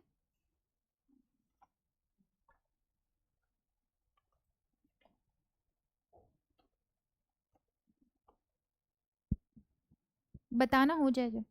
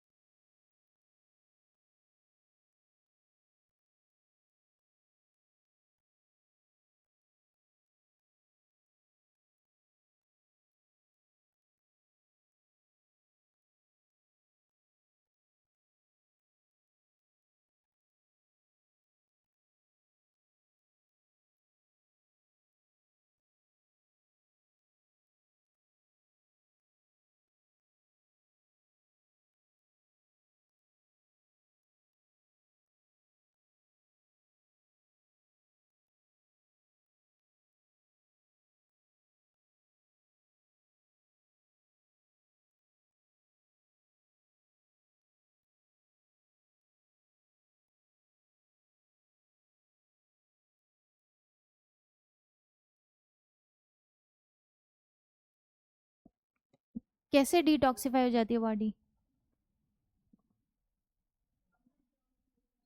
अपने आप को हील भी कर लेती है, ठीक है बॉडी, अगर आप भूखे हो वीक के अंदर एक दिन। प्लस आपका, हम बूढ़े क्यों होते हैं? क्योंकि हमारा सेल डिवीजन कॉन्टिन्यूसली होता जा रहा होता जा रहा है। अब एक सेल का ना एक कैपेसिटी होती है, उतने तक सेल डिवीजन होंगे, देन उसके बाद में खत्म, ठीक है। फिर धीरे धीरे धीरे धीरे ये स्किन रिंकल्स हो जाएगी, धीरे धीरे बूढ़े हो जाएंगे हम, यहाँ पे सेल्स जो हैं वो नहीं रीजनरेट कर पाएंगी, ये सब चीज़ें।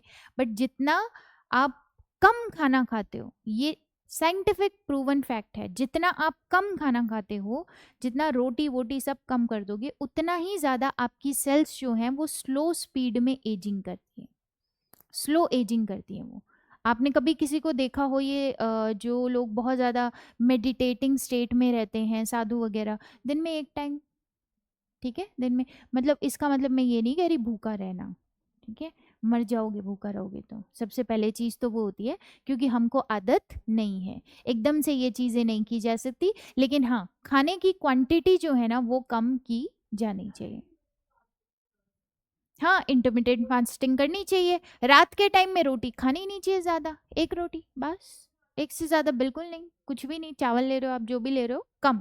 मतलब जापानीज कॉन्सेप्ट कितना अच्छा है, उनकी प्लेट साइज का प्लेट ही बहुत छोटी छोटी होती है, बहुत छोटी छोटी प्लेट्स होती हैं, वैरायटी बहुत सारी होती है, मतलब 5-6 चीज़ें डिशेज आप नॉर्मल रेगुलर टाइम में भी खा रहे हो, लेकिन बहुत छोटी प्लेट्स होती है, तो उसके अंदर जितना आया बस उतना ही। ऐसे नहीं कि भाई, अब हमारे यहाँ पे मेजॉरिटी ऑफ लोगों को मैंने देखा है, हम सुबह बहुत हेल्दी नाश्ता करते हैं, फिर पूछो क्या नाश्ता करते हैं, इडली खाते हैं, ठीक है, अरे 2 इडली खा लो तो ठीक है, आप 10-15 इडली खा रहे हो, वो हेल्दी नाश्ता है क्या?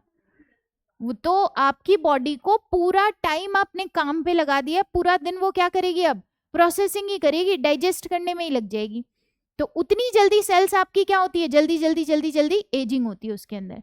जितना आप बॉडी को कम काम दोगे, रिलैक्स ज्यादा करोगे, जितना ज्यादा इसको मतलब अपना काम खुद करने दोगे ना, उतना ही ये बेटर परफॉर्म करेगी। तो इसलिए खाना कम, इसलिए हमारा फास्ट बेस्ट है। लास्ट वाले में लिखो, लास्ट वाली चीज के अंदर, लास्ट वाले में क्या लिखा आपने, reserve the bill for president. अब इसी में लिखना,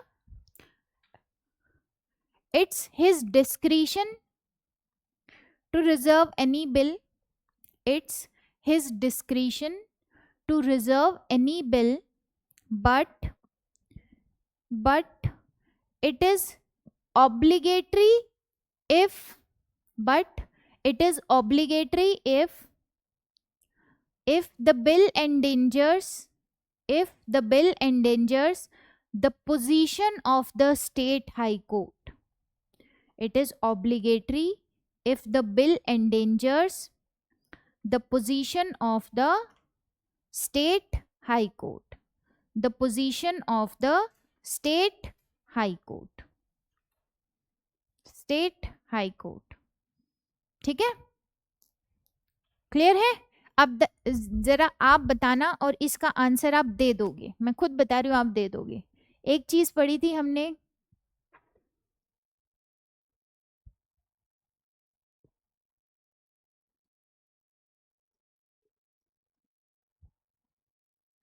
क्या है? ऑर्डिनेंस कौन इशू करता है? प्रेसिडेंट. कब इशू करता है? लोकसभा, राज्यसभा, किसी का भी हाउस का एक सेशन जो है वो नहीं है, और उस चीज की जरूरत है अभी बिल पास करने की. यहाँ पे कौन करता है?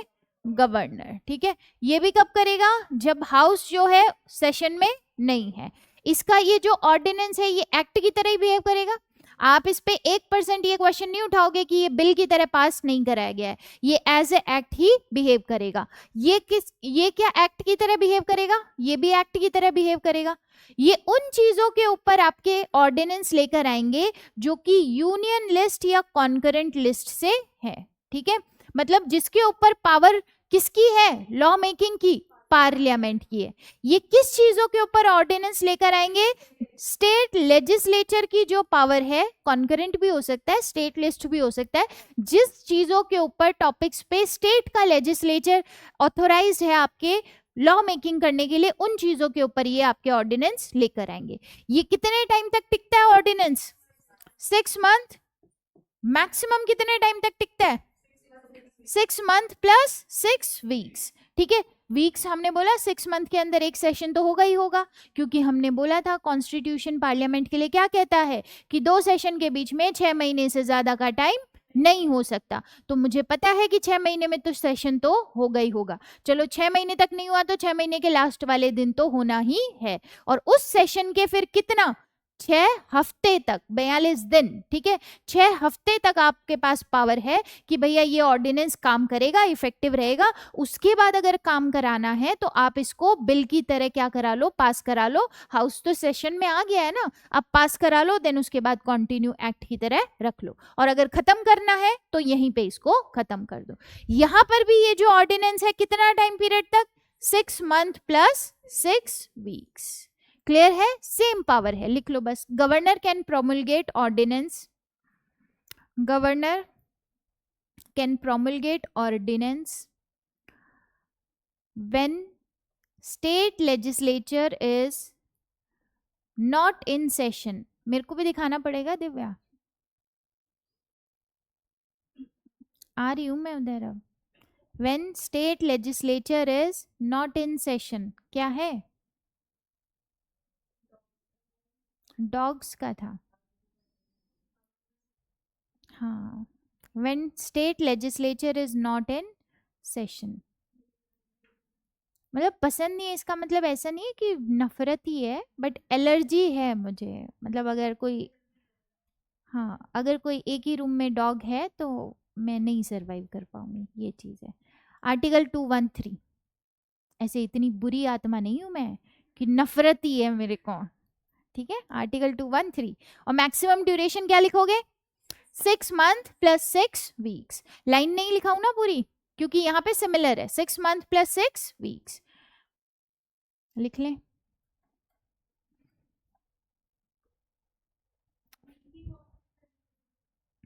डबल ई वाली,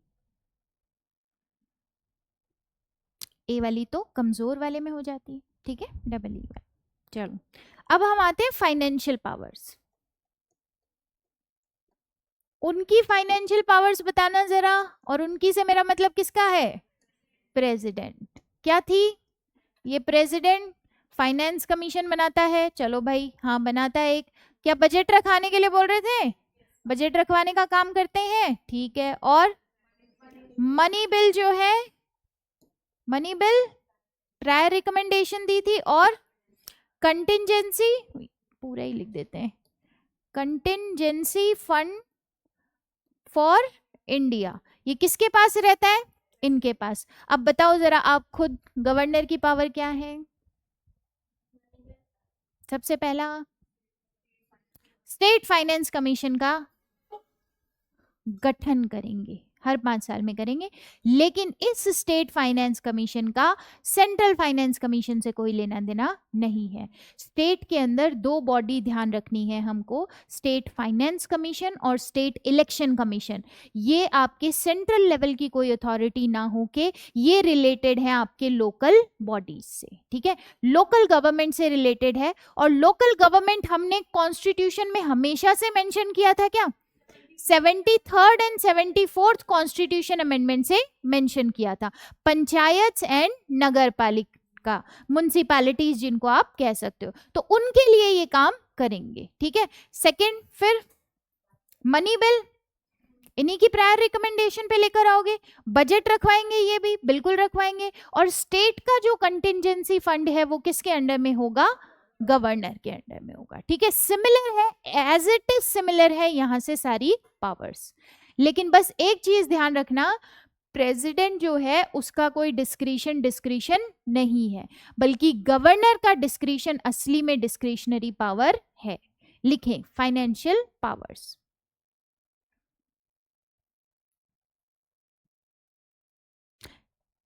He ensures, number 1, he ensures that the annual financial statement, यही बोलते हैं ना बजट को, that the annual financial statement, bracket में लिखो state budget is laid before the state legislature, is laid before the state legislature।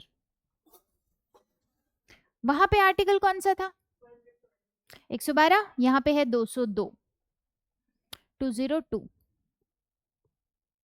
Second, money bills can be introduced only with his prior recommendation.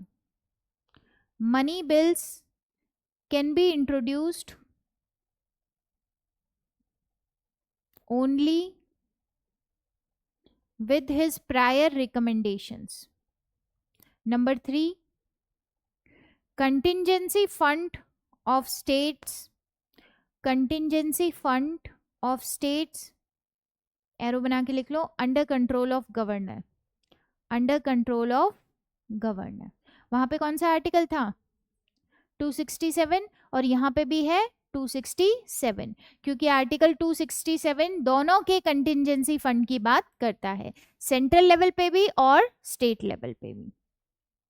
And number 4, he form a finance commission after every 5 years। He form, हाँ लिख सकते हो, for state after every 5 years।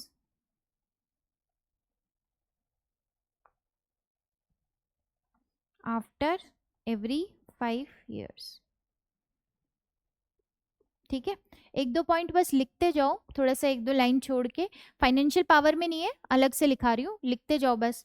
He is consulted, या governor is consulted by president, governor is consulted by president while appointing the judges of high court, while appointing the judges of high court।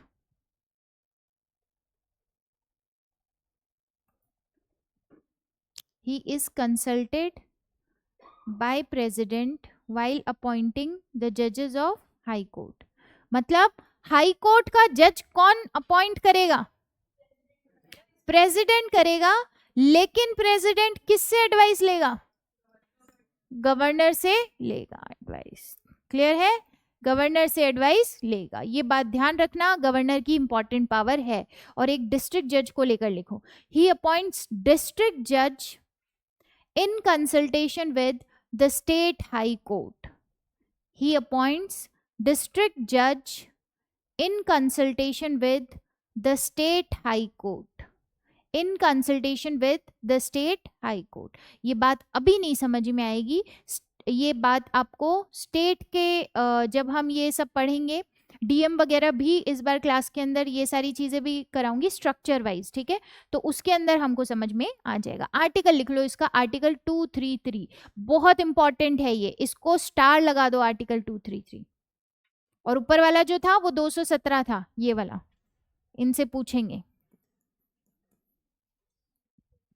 Article नहीं भी याद होंगे ना तो चल जाएगा। मैंने आपको हमेशा से कहा है, जब आप DPSP fundamental rights fundamental duties का 51A था, वहां तक के आर्टिकल हमको क्लियर कट लर्न है, वो तो चाहिए ही चाहिए, उसके बिना तो काम नहीं चलेगा, वो तो डायरेक्ट पूछ लिए जाते हैं। उसके बाद में जितने आर्टिकल याद हो ठीक है, नहीं हो कोई दिक्कत नहीं है, ठीक है। जैसे ऑर्डिनेंस हो गया, इम्पीचमेंट हो गया, ऐसी इंपॉर्टेंट चीजें आपको खुद को ही पता चल रही होगी कि ये इंपॉर्टेंट है, तो ये सारी चीजें इंपॉर्टेंट ध्यान रख लेना, बाकी की जरूरत नहीं है, ठीक है। यहां तक एक बार पढ़ के देखो, फिर हम कंपैरिजन करते हैं थोड़ा सा इनका और आपके प्रेसिडेंट का।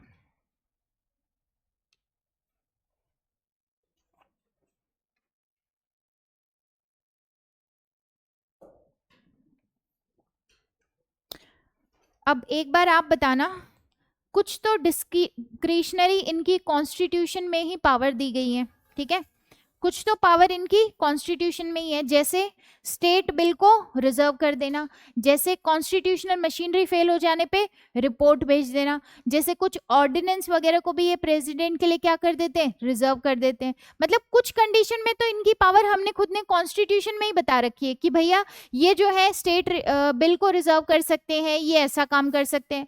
और कुछ कंडीशन जो होती है वो सिचुएशनल होती है। सिचुएशनल का मतलब है जब मेजोरिटी नहीं है तो लेना पड़ेगा ना डिसीजन, ठीक है। काउंसिल ऑफ मिनिस्टर ने अपना विश्वास खो दिया भैया, तब भी लेना पड़ेगा डिसीजन। जब रियल हेड जो है वो चले जाएंगे, मतलब सीएम की डेथ हो गई, जब वो पूरी, क्योंकि सीएम की डेथ या सीएम के रेजिग्नेशन के बाद में पूरी काउंसिल ऑफ मिनिस्टर क्या खत्म है, वो पूरी रिजाइन मानोगे आप, क्योंकि वो कलेक्टिव रिस्पॉन्सिबल होती है, वो एक पर्सन से ही चलती है। लेकिन अगर सीएम ने रिजाइन कर दिया तो उसकी बनाई हुई काउंसिल ऑफ मिनिस्टर खत्म, ठीक है, वो कंटिन्यू आगे नहीं करेगी। ऐसी कंडीशंस के अंदर जैसे वहां पे प्रेसिडेंट की पावर आती है, वैसे यहाँ पे किसकी पावर आती है, गवर्नर की पावर आती है। क्लियर है? अब बताओ जरा कंपैरिजन दोनों के बिल में क्या होगा। सबसे पहले नॉर्मल बिल को लेके, ऑर्डिनरी बिल।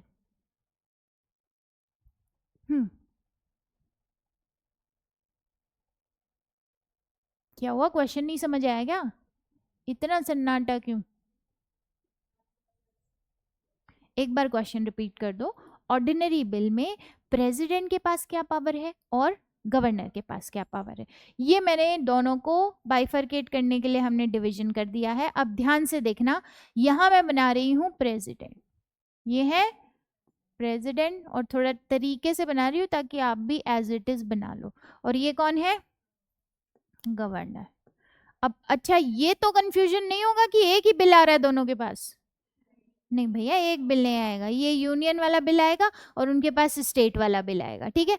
लेकिन कोई भी, मतलब ऑर्डिनरी बिल में कहाँ प्रायर रिकमेंड नहीं चाहिए, ये तो बिल आ गया इनके पास। अब इसके बाद बताओ, बिल तो वो तो प्रायर रिकमेंडेशन, हाँ प्राइवेट मेंबर भी ये कर सकते हैं। मैं बिल का प्रोसीजर नहीं पूछ रही, नहीं पूछ रही मैं, सुनो मेरी बात, क्या पूछ रही हूँ मैं, पूछ रही हूँ ऑर्डिनरी बिल इसके पास आ गया है, ऑर्डिनरी बिल इसके पास आ गया है। अब आने से पहले लेजिस्लेटिव असेंबली में, लोकसभा में आया, राज्यसभा में आया, लेजिस्लेटिव असेंबली में, काउंसिल में, प्राइवेट मेंबर, मिनिस्टर, ये प्रोसीजर नहीं पूछ रही, आ गया इस तक, ठीक है, आ गया है इस तक, वो तो ठीक है, उसका इंट्रोडक्शन है। ऑर्डिनरी बिल कैसा होता है वो तो हमको पता ही है, जो कॉन्स्टिट्यूशन बिल नहीं है, मनी बिल नहीं है, ये नहीं है, वो नहीं है, वो ऑर्डिनरी बिल है, ठीक है। उसका प्रोसीजर भी हमने फॉलो कर लिया, मैंने इस बिल को टैग दे दिया है, ये ऑर्डिनरी बिल है, इसका मतलब प्रोसीजर इस पे फॉलो हुआ है, ठीक है। अब ये बिल जब प्रेसिडेंट के पास आया, क्या पावर है, दे दे, ठीक है। अब मैं ऐसे करूंगी तो आप लिख लोगे ना, ये एसेंट दे दिया, या फिर विदहोल्ड कर ले, रिकंसिडरेशन के लिए भेजे, ठीक है, रिकंसिडरेशन के लिए भेजे, और वापस आया तो बाउंड है कि इनको साइन करना ही पड़ेगा, बाइंडिंग है इनके ऊपर, और उसके बाद में पॉकेट वीटो। इस वीटो को क्या बोला था? Suspensive veto. एक बार के लिए सस्पेंड करके वापस भेज दिया, वापस आया तो बाउंड है। ठीक है, आओ जरा इधर, इन भाई साहब के पास क्या पावर है? एसेट दे दे, मना कर दे, ठीक है, रिकंसिडरेशन के लिए भेजे, वापस आया तो बाउंड है, और रिजर्व कर दे ये प्रेसिडेंट के लिए, reserve the bill for president. अब प्रेसिडेंट के लिए जब इन्होंने रिजर्व कर दिया तो अब ये बिल आ गया यहाँ पे, आ गया यहाँ पे, क्लियर है? यहाँ पे आने के बाद ये प्रेसिडेंट भाई साहब हैं, इनके पास क्या पावर है? या तो एक्सेप्ट कर ले, ठीक है, एक्सेप्ट कर सकता है, रिकंसिडरेशन के लिए वापस भेज दे, और 6 महीने का टाइम दे दे कि भैया इसको रिकंसिडर करवाओ, उसी भाई साहब के थ्रू आया है तो उसी भाई साहब के थ्रू ही ये रखवाएंगे, ये लेजिस्लेटिव असेंबली में वो पर्सनैलिटी नहीं जाने वाला। ठीक है, आप सोचो ये डायरेक्ट कांटेक्ट करेंगे तो नहीं करेंगे, ये इनको इन्होंने दिया है तो ये इसी को बोलेंगे कि भैया एक बार वापस भेज दो उधर, 6 महीने का टाइम दे दो उनको, एंड देन उसके बाद में देखते हैं। ठीक है, फिर बाइंडिंग नहीं है इनके ऊपर, ये चीज बाइंडिंग नहीं है। क्या क्लियर है ये चीज? और मना भी कर सकते हैं क्या? मना भी कर सकते हैं, बिल्कुल मना कर सकते हैं। ठीक है, बना लो इसको एज इट इज। क्या क्लियर है ये? कुछ समझ आया इससे, या कुछ भी समझ नहीं आया?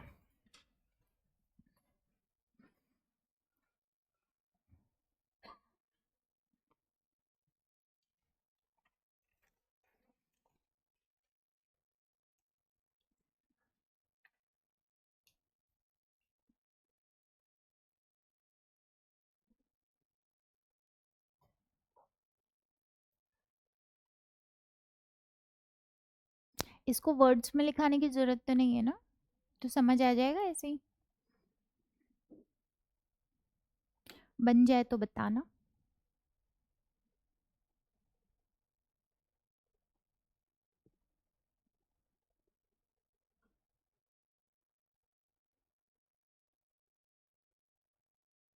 तुमने कैसे अपनी तबीयत खराब कर ली?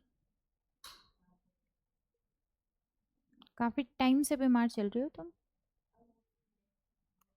वो ठीक है?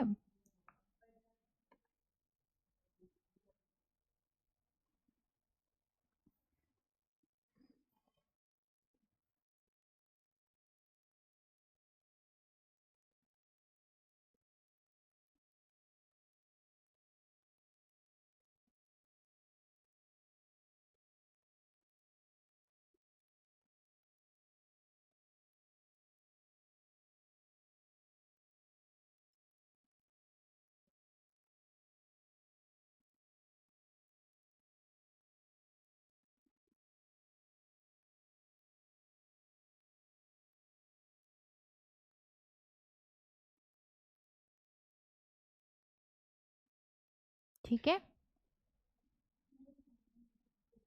हाँ हाँ शांति, दौड़ नहीं रहे हम, इतनी जल्दी तो मिटा भी नहीं पाऊंगी मैं।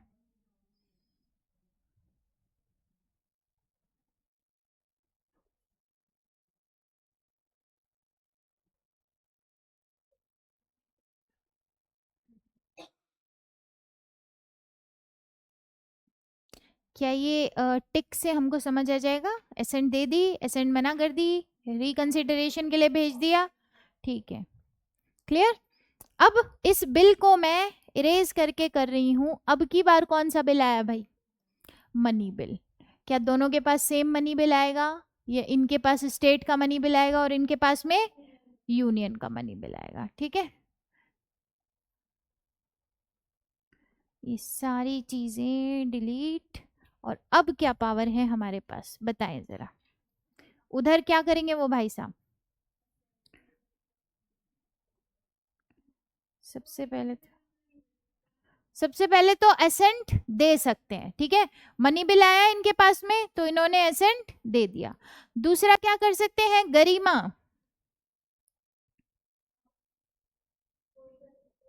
विदहोल्ड कर सकते हैं, ठीक है, विदहोल्ड कर लिया। और रिकंसिडर कर सकते हैं?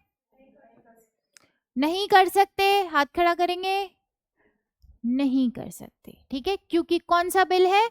मनी बिल है। रिटर्न नहीं कर सकते, ठीक है। आओ, इनके पास क्या क्या पावर है? या तो एसेंट दे देंगे या फिर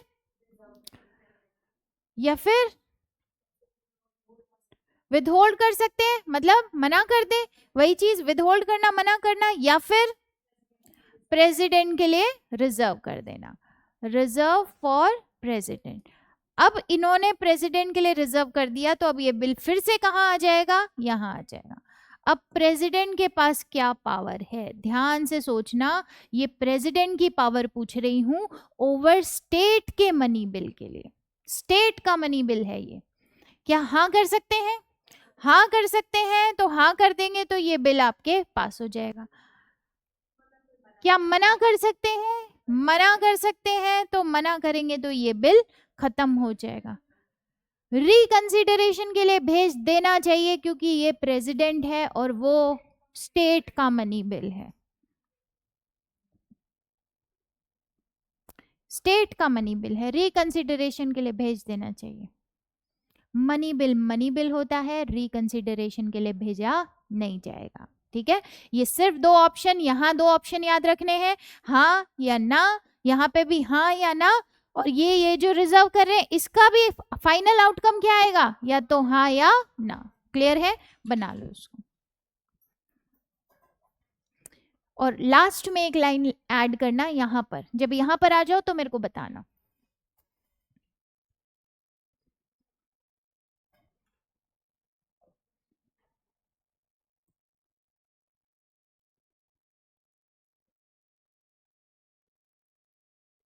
देखो, ये प्रोविजन डालने का मतलब क्या, समझना, थोड़ा सा कैलकुलेशन लगाओ, समझो एक बार।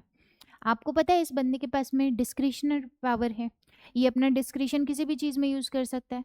तो ये तो हर मनी बिल अटकाने के चक्कर में रिजर्व कर दो, रिजर्व कर दो, रिजर्व कर दो, ठीक है। तो पावर का मिसयूज हो सकता था, इसलिए सिस्टम के अंदर ये सारी चीज़ें आपने पहले से सोच समझ के डाली गई है कि मनी बिल है तो हाँ या ना, ठीक है।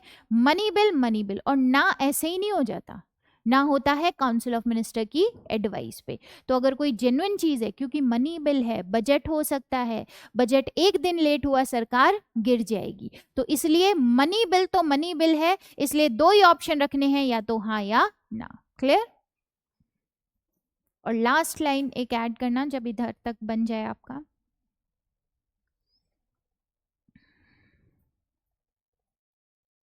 लास्ट लाइन लिखो, does the president cannot return does the president cannot return a money bill for the reconsideration a money bill for the reconsideration of the state legislature of the state legislature, ठीक है। Reconsider के लिए नहीं भेजना। अब हम आएंगे इनकी पार्डनिंग पावर को कंपेयर करेंगे। इसी डायग्राम में मैं थोड़ा सा चेंज कर रही हूं, ये गवर्नर है और ये आपके प्रेसिडेंट है। कौन सी पावर? चलो भाई, सबको क्षमा करने निकले हैं अब की बार ये दोनों पर्सनालिटी। इनकी पावर कहां तक जाती है? इनकी पावर डेथ सेंटेंस तक जाती है। डेथ सेंटेंस तक बिल्कुल इनकी पावर का यूज किया जा सकता है। क्या इनकी पावर डेथ सेंटेंस में यूज की जा सकती है? नहीं, ठीक है। ये कौन कौन से लॉ के अगेंस्ट? यूनियन लॉ के अगेंस्ट जा सकता है, और ये स्टेट लॉ के अगेंस्ट, स्टेट के जितने अंडर में कानून है उनके अगेंस्ट में ये अपनी पावर का यूज कर सकते हैं। और ये मार्शल लॉ जो है उस कंडीशन के अंदर में भी अपनी पावर का यूज कर सकते हैं। और मार्शल लॉ क्या होता है?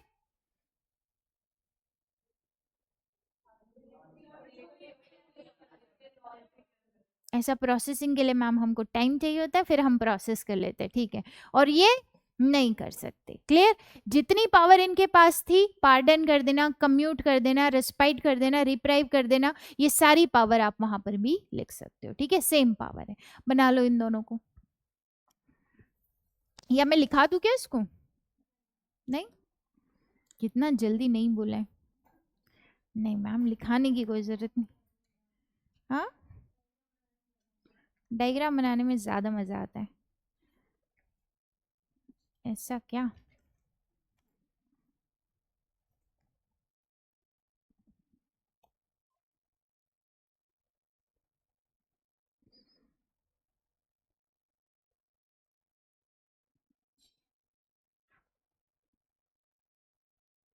हो गया।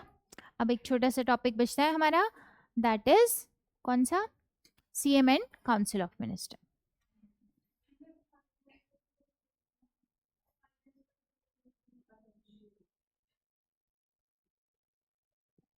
नहीं देखा? वहां पे कहाँ देखा था हमने? लेजिस्लेचर में डिस्कस किया था आई गेस, ना कि प्रेसिडेंट में, है ना? लेजिस्लेचर में डिस्कस किया था। ठीक है, और फाइनेंशियल बिल को अलग से डिस्कस करने की जरूरत हमको नहीं थी, उसका प्रोसीजर हमने देख लिया था। यहाँ पे भी हम लेजिस्लेचर में जितनी चीजें जरूरी होगी उतनी चीजें डिस्कस कर लेंगे। क्लियर? ठीक है, अब आओ जरा, वहां पे 2 आर्टिकल आपको याद होने चाहिए, और ये जिस बच्चे को याद नहीं हुए तो मैं अपना डंडा लेकर आ रही हूँ, अभी देखना। ठीक है, आर्टिकल 74 एंड आर्टिकल 75। अब मैं थोड़ा सा स्ट्रक्चरिंग कर रही हूँ आपके लिए इसमें।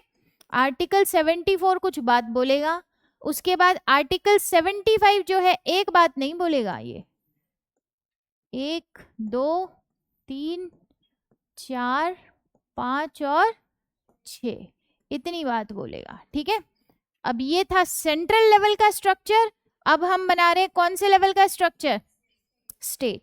यहाँ पे एक आर्टिकल तो हम डिस्कस कर चुके हैं, 163। ठीक है, वहां 74 है, 63 है, थोड़ा ऐसे याद रखना, और 164। ठीक है, अब इसमें भी सेम चीजें हम डिस्कस करेंगे। क्या बोला था 74 में? प्रेसिडेंट की हेल्प के लिए एक काउंसिल ऑफ मिनिस्टर होगी, जिसके हेड कौन होगा?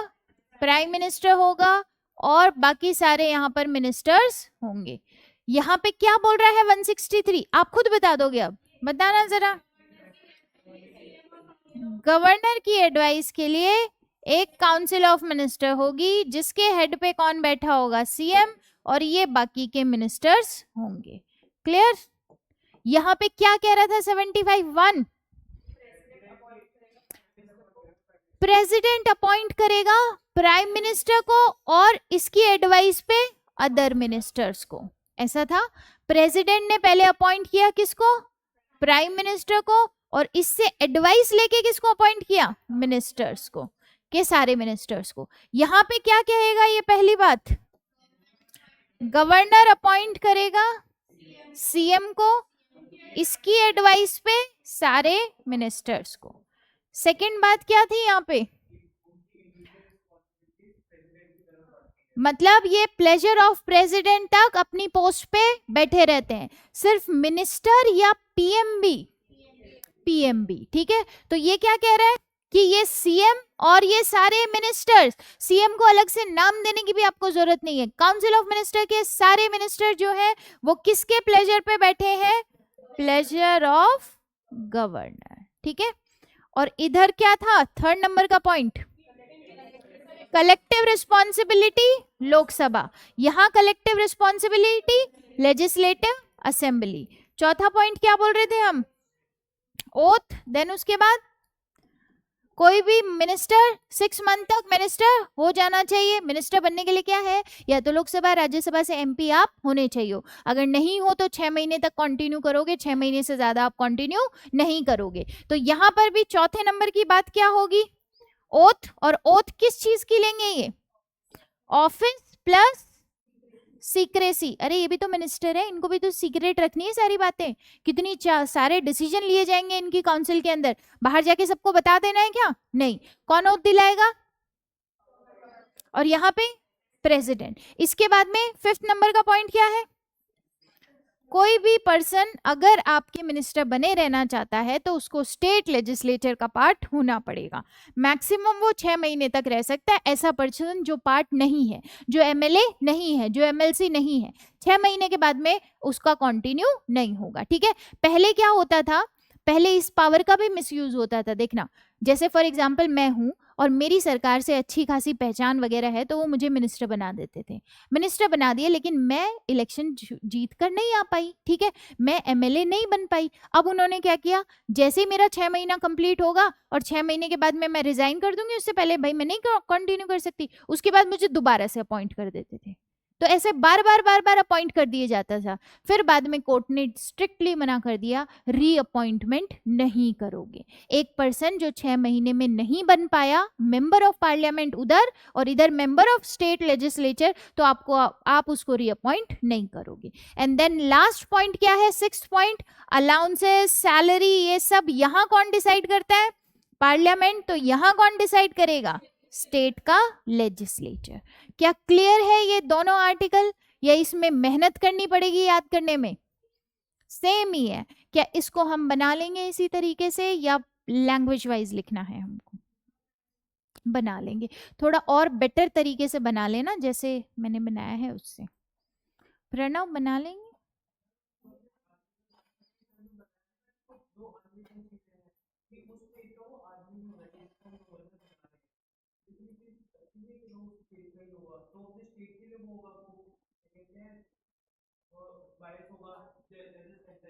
आप कह रहे हो अच्छा है, स्टेट के लिए बायस्ड होगा। ठीक है, देखो जरा, सबसे बेटर डाउट सॉल्व करने के लिए उस डाउट को क्या मान लो, सच मान लो। ये एक स्टेट है, इस स्टेट के अंदर मैंने बोला है कि ये एक पर्सनालिटी है, दैट इज प्रणव। स्पेलिंग यही है हमारी, प्रणव है, तो मैं तो तुमको प्रणव बोलती हूँ हमेशा, तुमने कभी करेक्ट ही नहीं किया। ठीक है, प्रणव। यहाँ पे हम नाइशा, ठीक है, ये है नाइशा मैडम। अब देखना जरा, आपने बोला गवर्नर को मैं उसी एरिया का पर्सन रेजिडेंट हो जाए कोई दिक्कत नहीं है, आप बने सीएम। ठीक है, या चलो उल्टा करते हैं, क्योंकि मेरे को पावरफुल किसको रखना है, इनको रखना है। ठीक है, ये है गवर्नर, हाँ लड़की है तो मैं तो बायस्ड रहूंगी, बिल्कुल रहूंगी, प्राउडली रहूंगी। ये है आपके सीएम। ठीक है, क्या लोगों का रिप्रेजेंटेटिव है, लोगों का रिप्रेजेंटेटिव है, बिल्कुल। ये जो एरिया है, ये पूरे स्टेट, ये दोनों लोग दो बड़े नेता हैं, इसी स्टेट के हैं, सारे लोग इनको जानते हैं, सब चीजें हैं। अब प्रणव को गुस्सा आ रहा है। गुस्सा क्यों आ रहा है, भैया मैं भी तुमको जानता हूं सबको, पहली बात मेरे पास पावर सिर्फ नाम की है। ठीक है, नॉमिनल हेड मेरे को बना रखा है, सारा काम ये मैडम करती हैं। ठीक है, गुस्सा आ रहा है आपको, नॉर्मल गुस्सा आ रहा है। अब प्रणव का मन कितने लोगों को लगता है ये करेगा कि मैं इस स्टेट के अंदर इतना पावरफुल हूं, इतने जानकार मेरे हैं कि कल को मैं भी अपोजिशन के अंदर खड़ा रहूंगा और मैं इनके साथ में चुनाव लड़ने की कोशिश करूंगा। मेरे को नहीं बनना गवर्नर, मेरे को नहीं किसी का पपेट बनना, नहीं बनना। सेंटर का पपेट बन के क्यों बैठा रहूं मैं, कि यहाँ पे भी मेरी बात ये नहीं सुन रहे, मेरी बात वो नहीं सुन रहे, मैं पपेट बन के बैठा हूं। मेरे को नहीं बनना पपेट, और क्यों नहीं बनना, क्योंकि मैं अच्छे से जानता हूं इस देश के, इस प्रदेश के लोगों को क्या चाहिए। तो इलेक्शन में अब की बार उम्मीदवार मैं भी हूं। कितने % चांसेस है ये होने के, 99%, क्योंकि पर्सन वहीं का है। आप चाह कर भी अपने आप से इस पॉलिटिक्स को अलग नहीं कर पाओगे, बिल्कुल नहीं कर पाओगे। तो अच्छा है वो कन्वेंशन, कन्वेंशन तो अच्छा ही है ना। नॉन रेजिडेंट बोला हमने, नॉन रेजिडेंट चाहिए ना, रेजिडेंट नहीं होना चाहिए। हाँ बोलो अपना डाउट।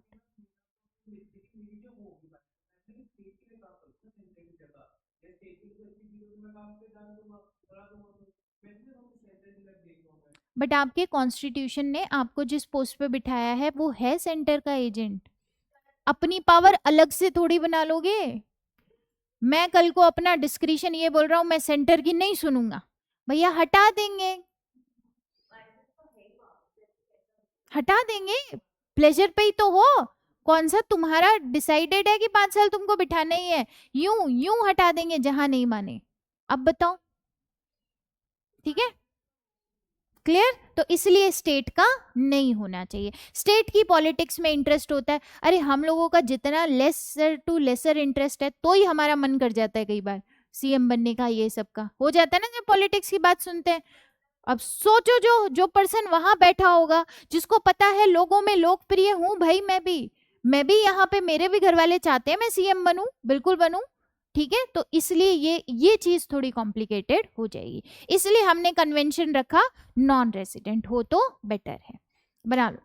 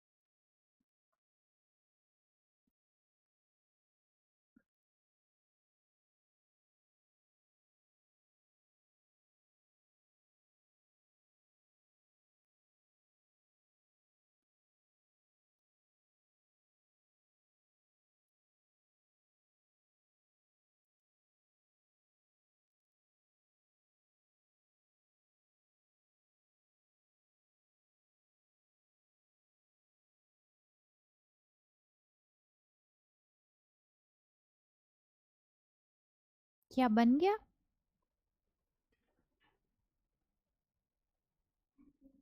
हम्म, एक रहता है तो एक बना लो।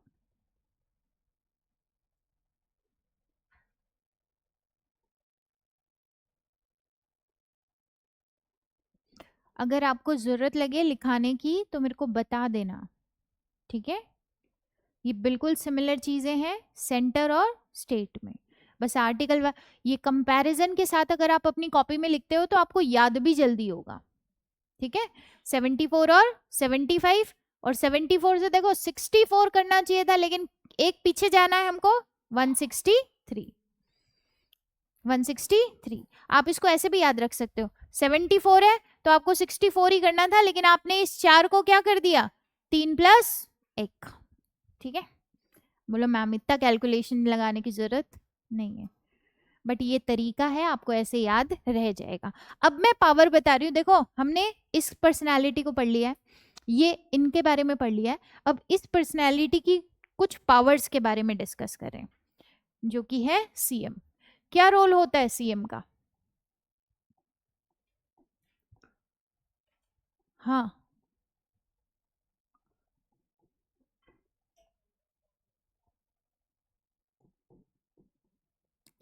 हेड होता है पॉलिटिकल पार्टी का, ठीक है। और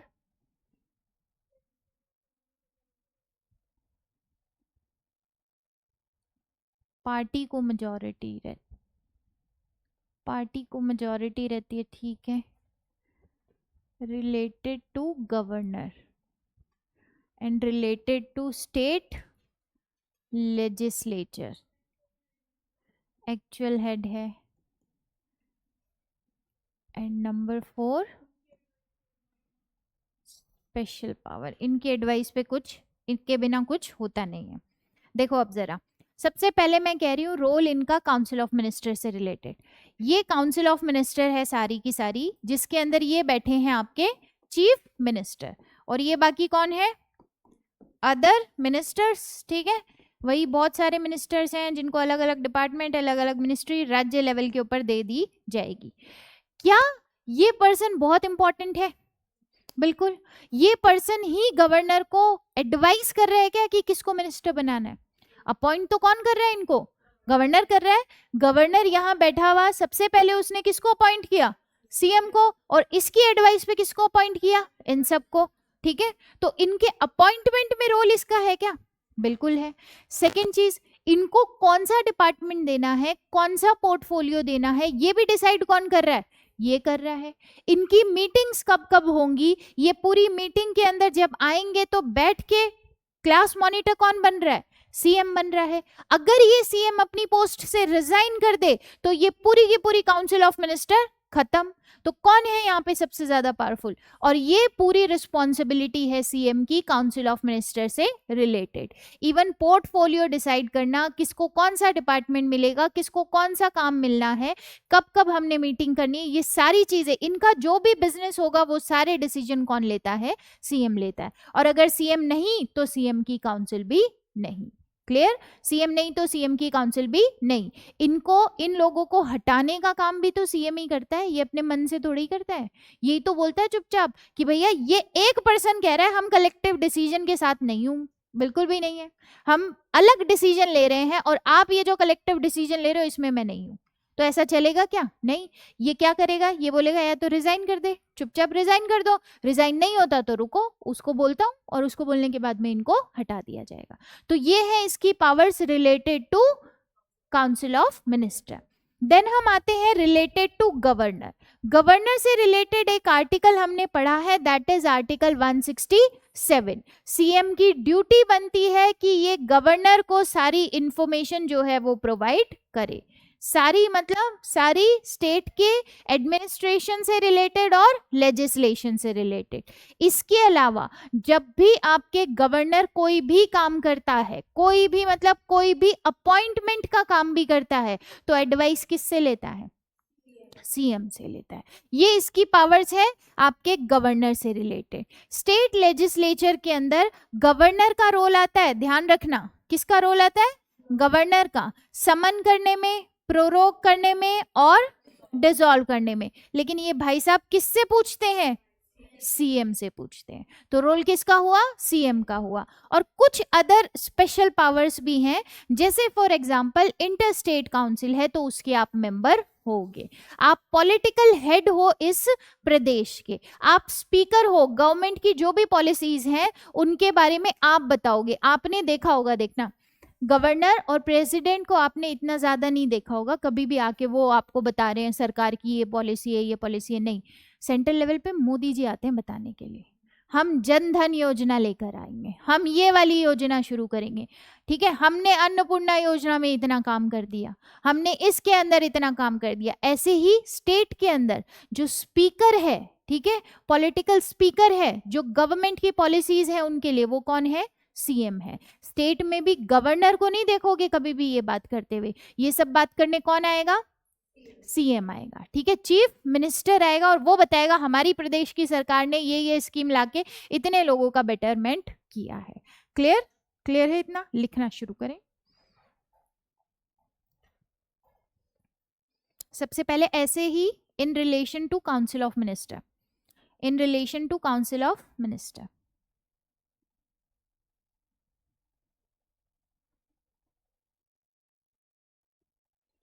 इसमें पॉइंट वाइज लिखता हूं। फर्स्ट वाले में, the governor appoints only those persons as ministers, the governor appoints only those persons as ministers who are recommended by the chief minister, who are recommended by the chief minister. Next point इसमें, he allocates and reshuffle portfolios among minister, he allocates and reshuffles portfolios among minister. He can ask a minister to resign, he can ask a minister to resign, or he can ask governor to dismiss him, or he can advise governor कर लो, वो ज्यादा better है, advise governor to dismiss him.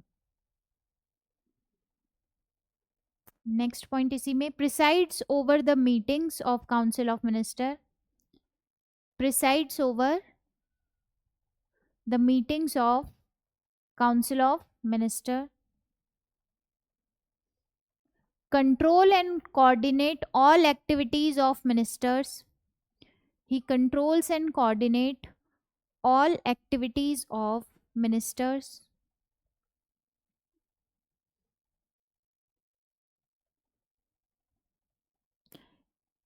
if resign, next point, if he resign the council of minister collapses, if he resign the council of minister collapses।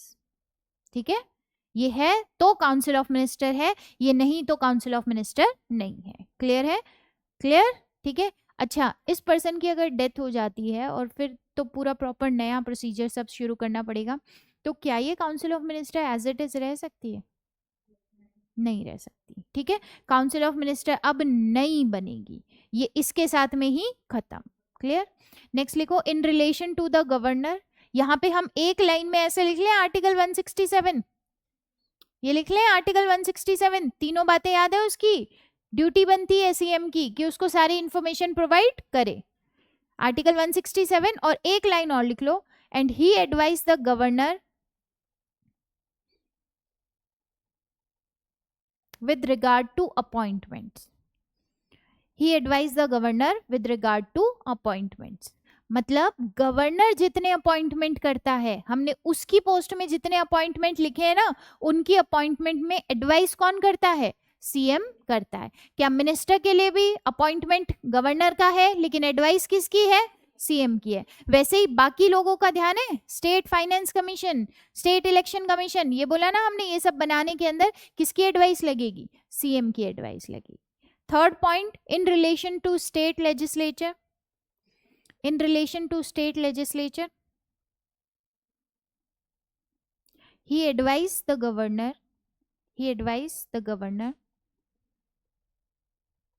to summon and prorogue the session, to summon and prorogue the session। next point इसी में, he can recommend the dissolution of legislative assembly, he can recommend the dissolution of legislative assembly to the governor कर लो, क्योंकि dissolve कौन करने आएगा? Governor, पर advice किसकी होगी? सीएम की, chief minister. he can recommend the dissolution of legislative assembly to the governor and announces the government policies, announces the government policies, announces the government policies। फिर अदर पावर्स या special powers में एक दो लिख लो। Chairman of state planning board, जो state का planning board होता है उसका चेयरमैन ऑटोमेटिकली सीएम होता है। Member of interstate council, member of interstate council, जो इंटरस्टेट काउंसिल बनती है उसमें सभी स्टेट्स के जो सीएम होते हैं वो मेंबर होते हैं। तो ये क्या होता है? Member of interstate council and governing council of NITI Aayog, and governing council of NITI Aayog. हाँ, नीति आयोग की काउंसिल में प्राइम मिनिस्टर हेड होते हैं और उसके अंदर ये सारे लोग जो हैं वो एज अ मेंबर बुलाए जाते हैं, क्योंकि उसके अंदर सेंट्रल स्टेट को लेके डिस्कशन चल रहा है, तो सारे स्टेट में से आपके जो सीएम है वो वहां पर जाते हैं। ठीक है, इसके बाद political head of the service, political head of the service, service. Clear? अब एक बार आप पढ़ के देख लो, फिर मैं एक बार रिवाइज कर देती हूँ। और यहाँ पे हमारा CM, governor, CM and council of minister खत्म होता है। एक छोटी सी पर्सनालिटी है जो कल की क्लास में हम सबसे पहले शुरू कर लेंगे, then advocate general for state, then उसके बाद में हम कहाँ पहुंचेंगे? स्टेट के लेजिस्लेचर पे। थोड़ा सा सेंटर का लेजिस्लेचर पढ़ के आना। उसके लिए आप कंपैरिजन वे में जितना ज्यादा पढ़ोगे ना उतना जल्दी याद होगा, ठीक है।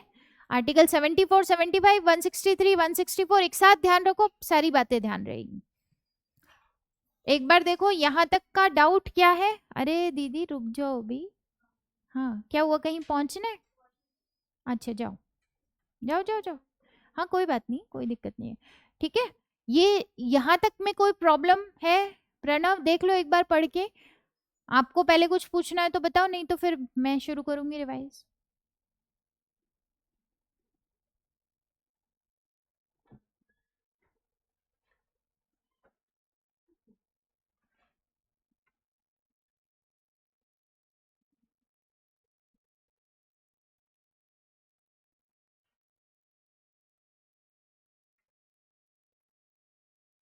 क्लियर है?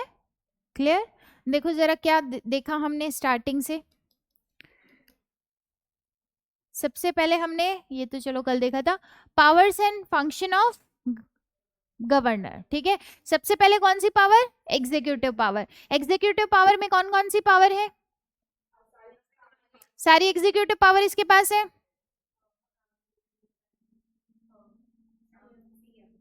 ड्यूटी ऑफ सीएम की सारी इंफॉर्मेशन दे, वो भी देनी पड़ेगी। कोई एक ऐसा काम है जिसपे मिनिस्टर ने डिसाइड कर लिया बट काउंसिल ऑफ मिनिस्टर ने अभी तक डिसीजन नहीं लिया है तो ये बोलेगा तो सीएम को करना पड़ेगा, ठीक है। ये सारी पावर्स है। आर्टिकल 356 में कॉन्स्टिट्यूशनल मशीनरी की रिपोर्ट कौन देता है? गवर्नर देता है। इसके बाद लेजिस्लेटिव पावर्स की बात करें तो लेजिस्लेटिव पावर में नंबर 1 पावर क्या है कि लेजिस्लेचर का पार्ट है, ठीक है। उसके बाद में ये यहाँ पे कितने लोगों को नॉमिनेट करता था? एंग्लो इंडियन, जो कि किससे हटा दिया हमने? 104th कॉन्स्टिट्यूशन अमेंडमेंट से। ये यहाँ पे क्या करता है? 1/6 मेंबर को कहां से? कोऑपरेटिव सोसाइटी, एक ऐड करना है। उसके बाद क्या करता है ये? जब मॉनिटर नहीं है, वेकेंट है, तो किसी एक पर्सन को मॉनिटर, उधर भी सेम काम। और फिर उसके बाद हाउस को समन करना, प्रोरोग करना एंड डिसॉल्व करना।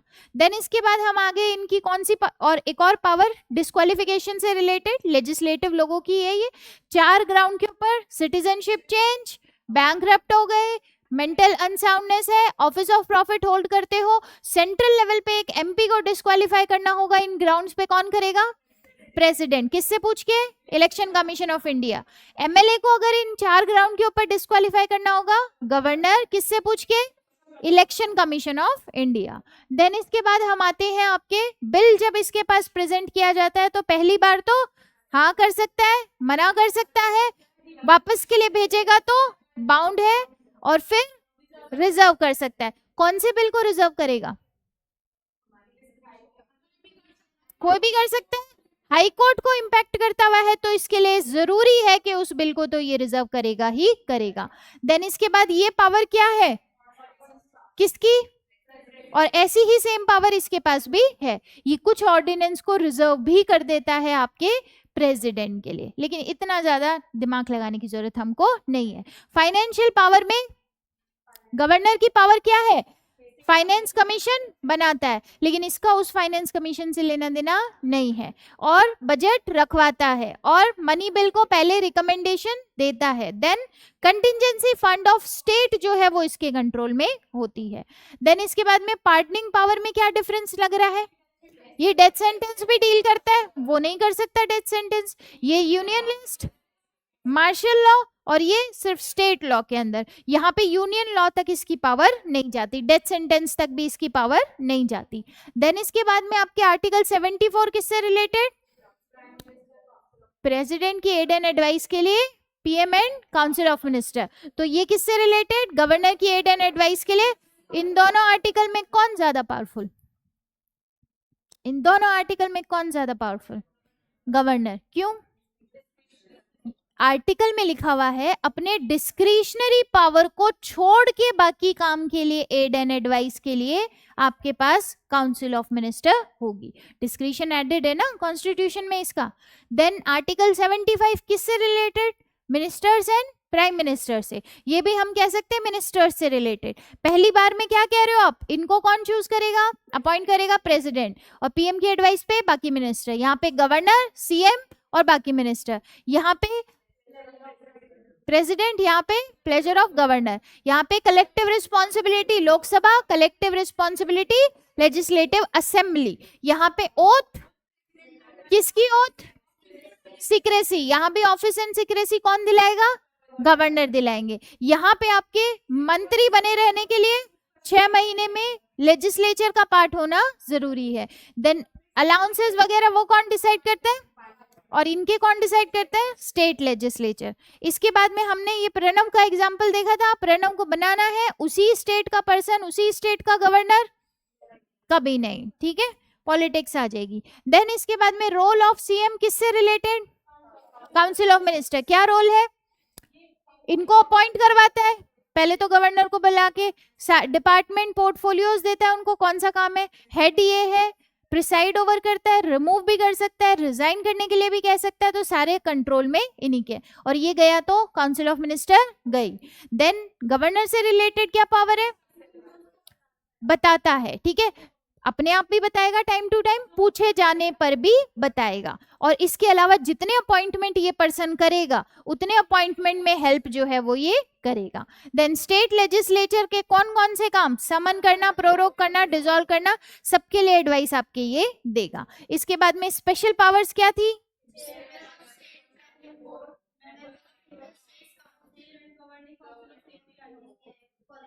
क्या क्लियर है, हम यहाँ तक सब क्लियर, ठीक है। इसके आगे का हम करेंगे कल। एक बार और देख लो, अगर कोई डाउट हो किसी को तो वो पूछ सकता है।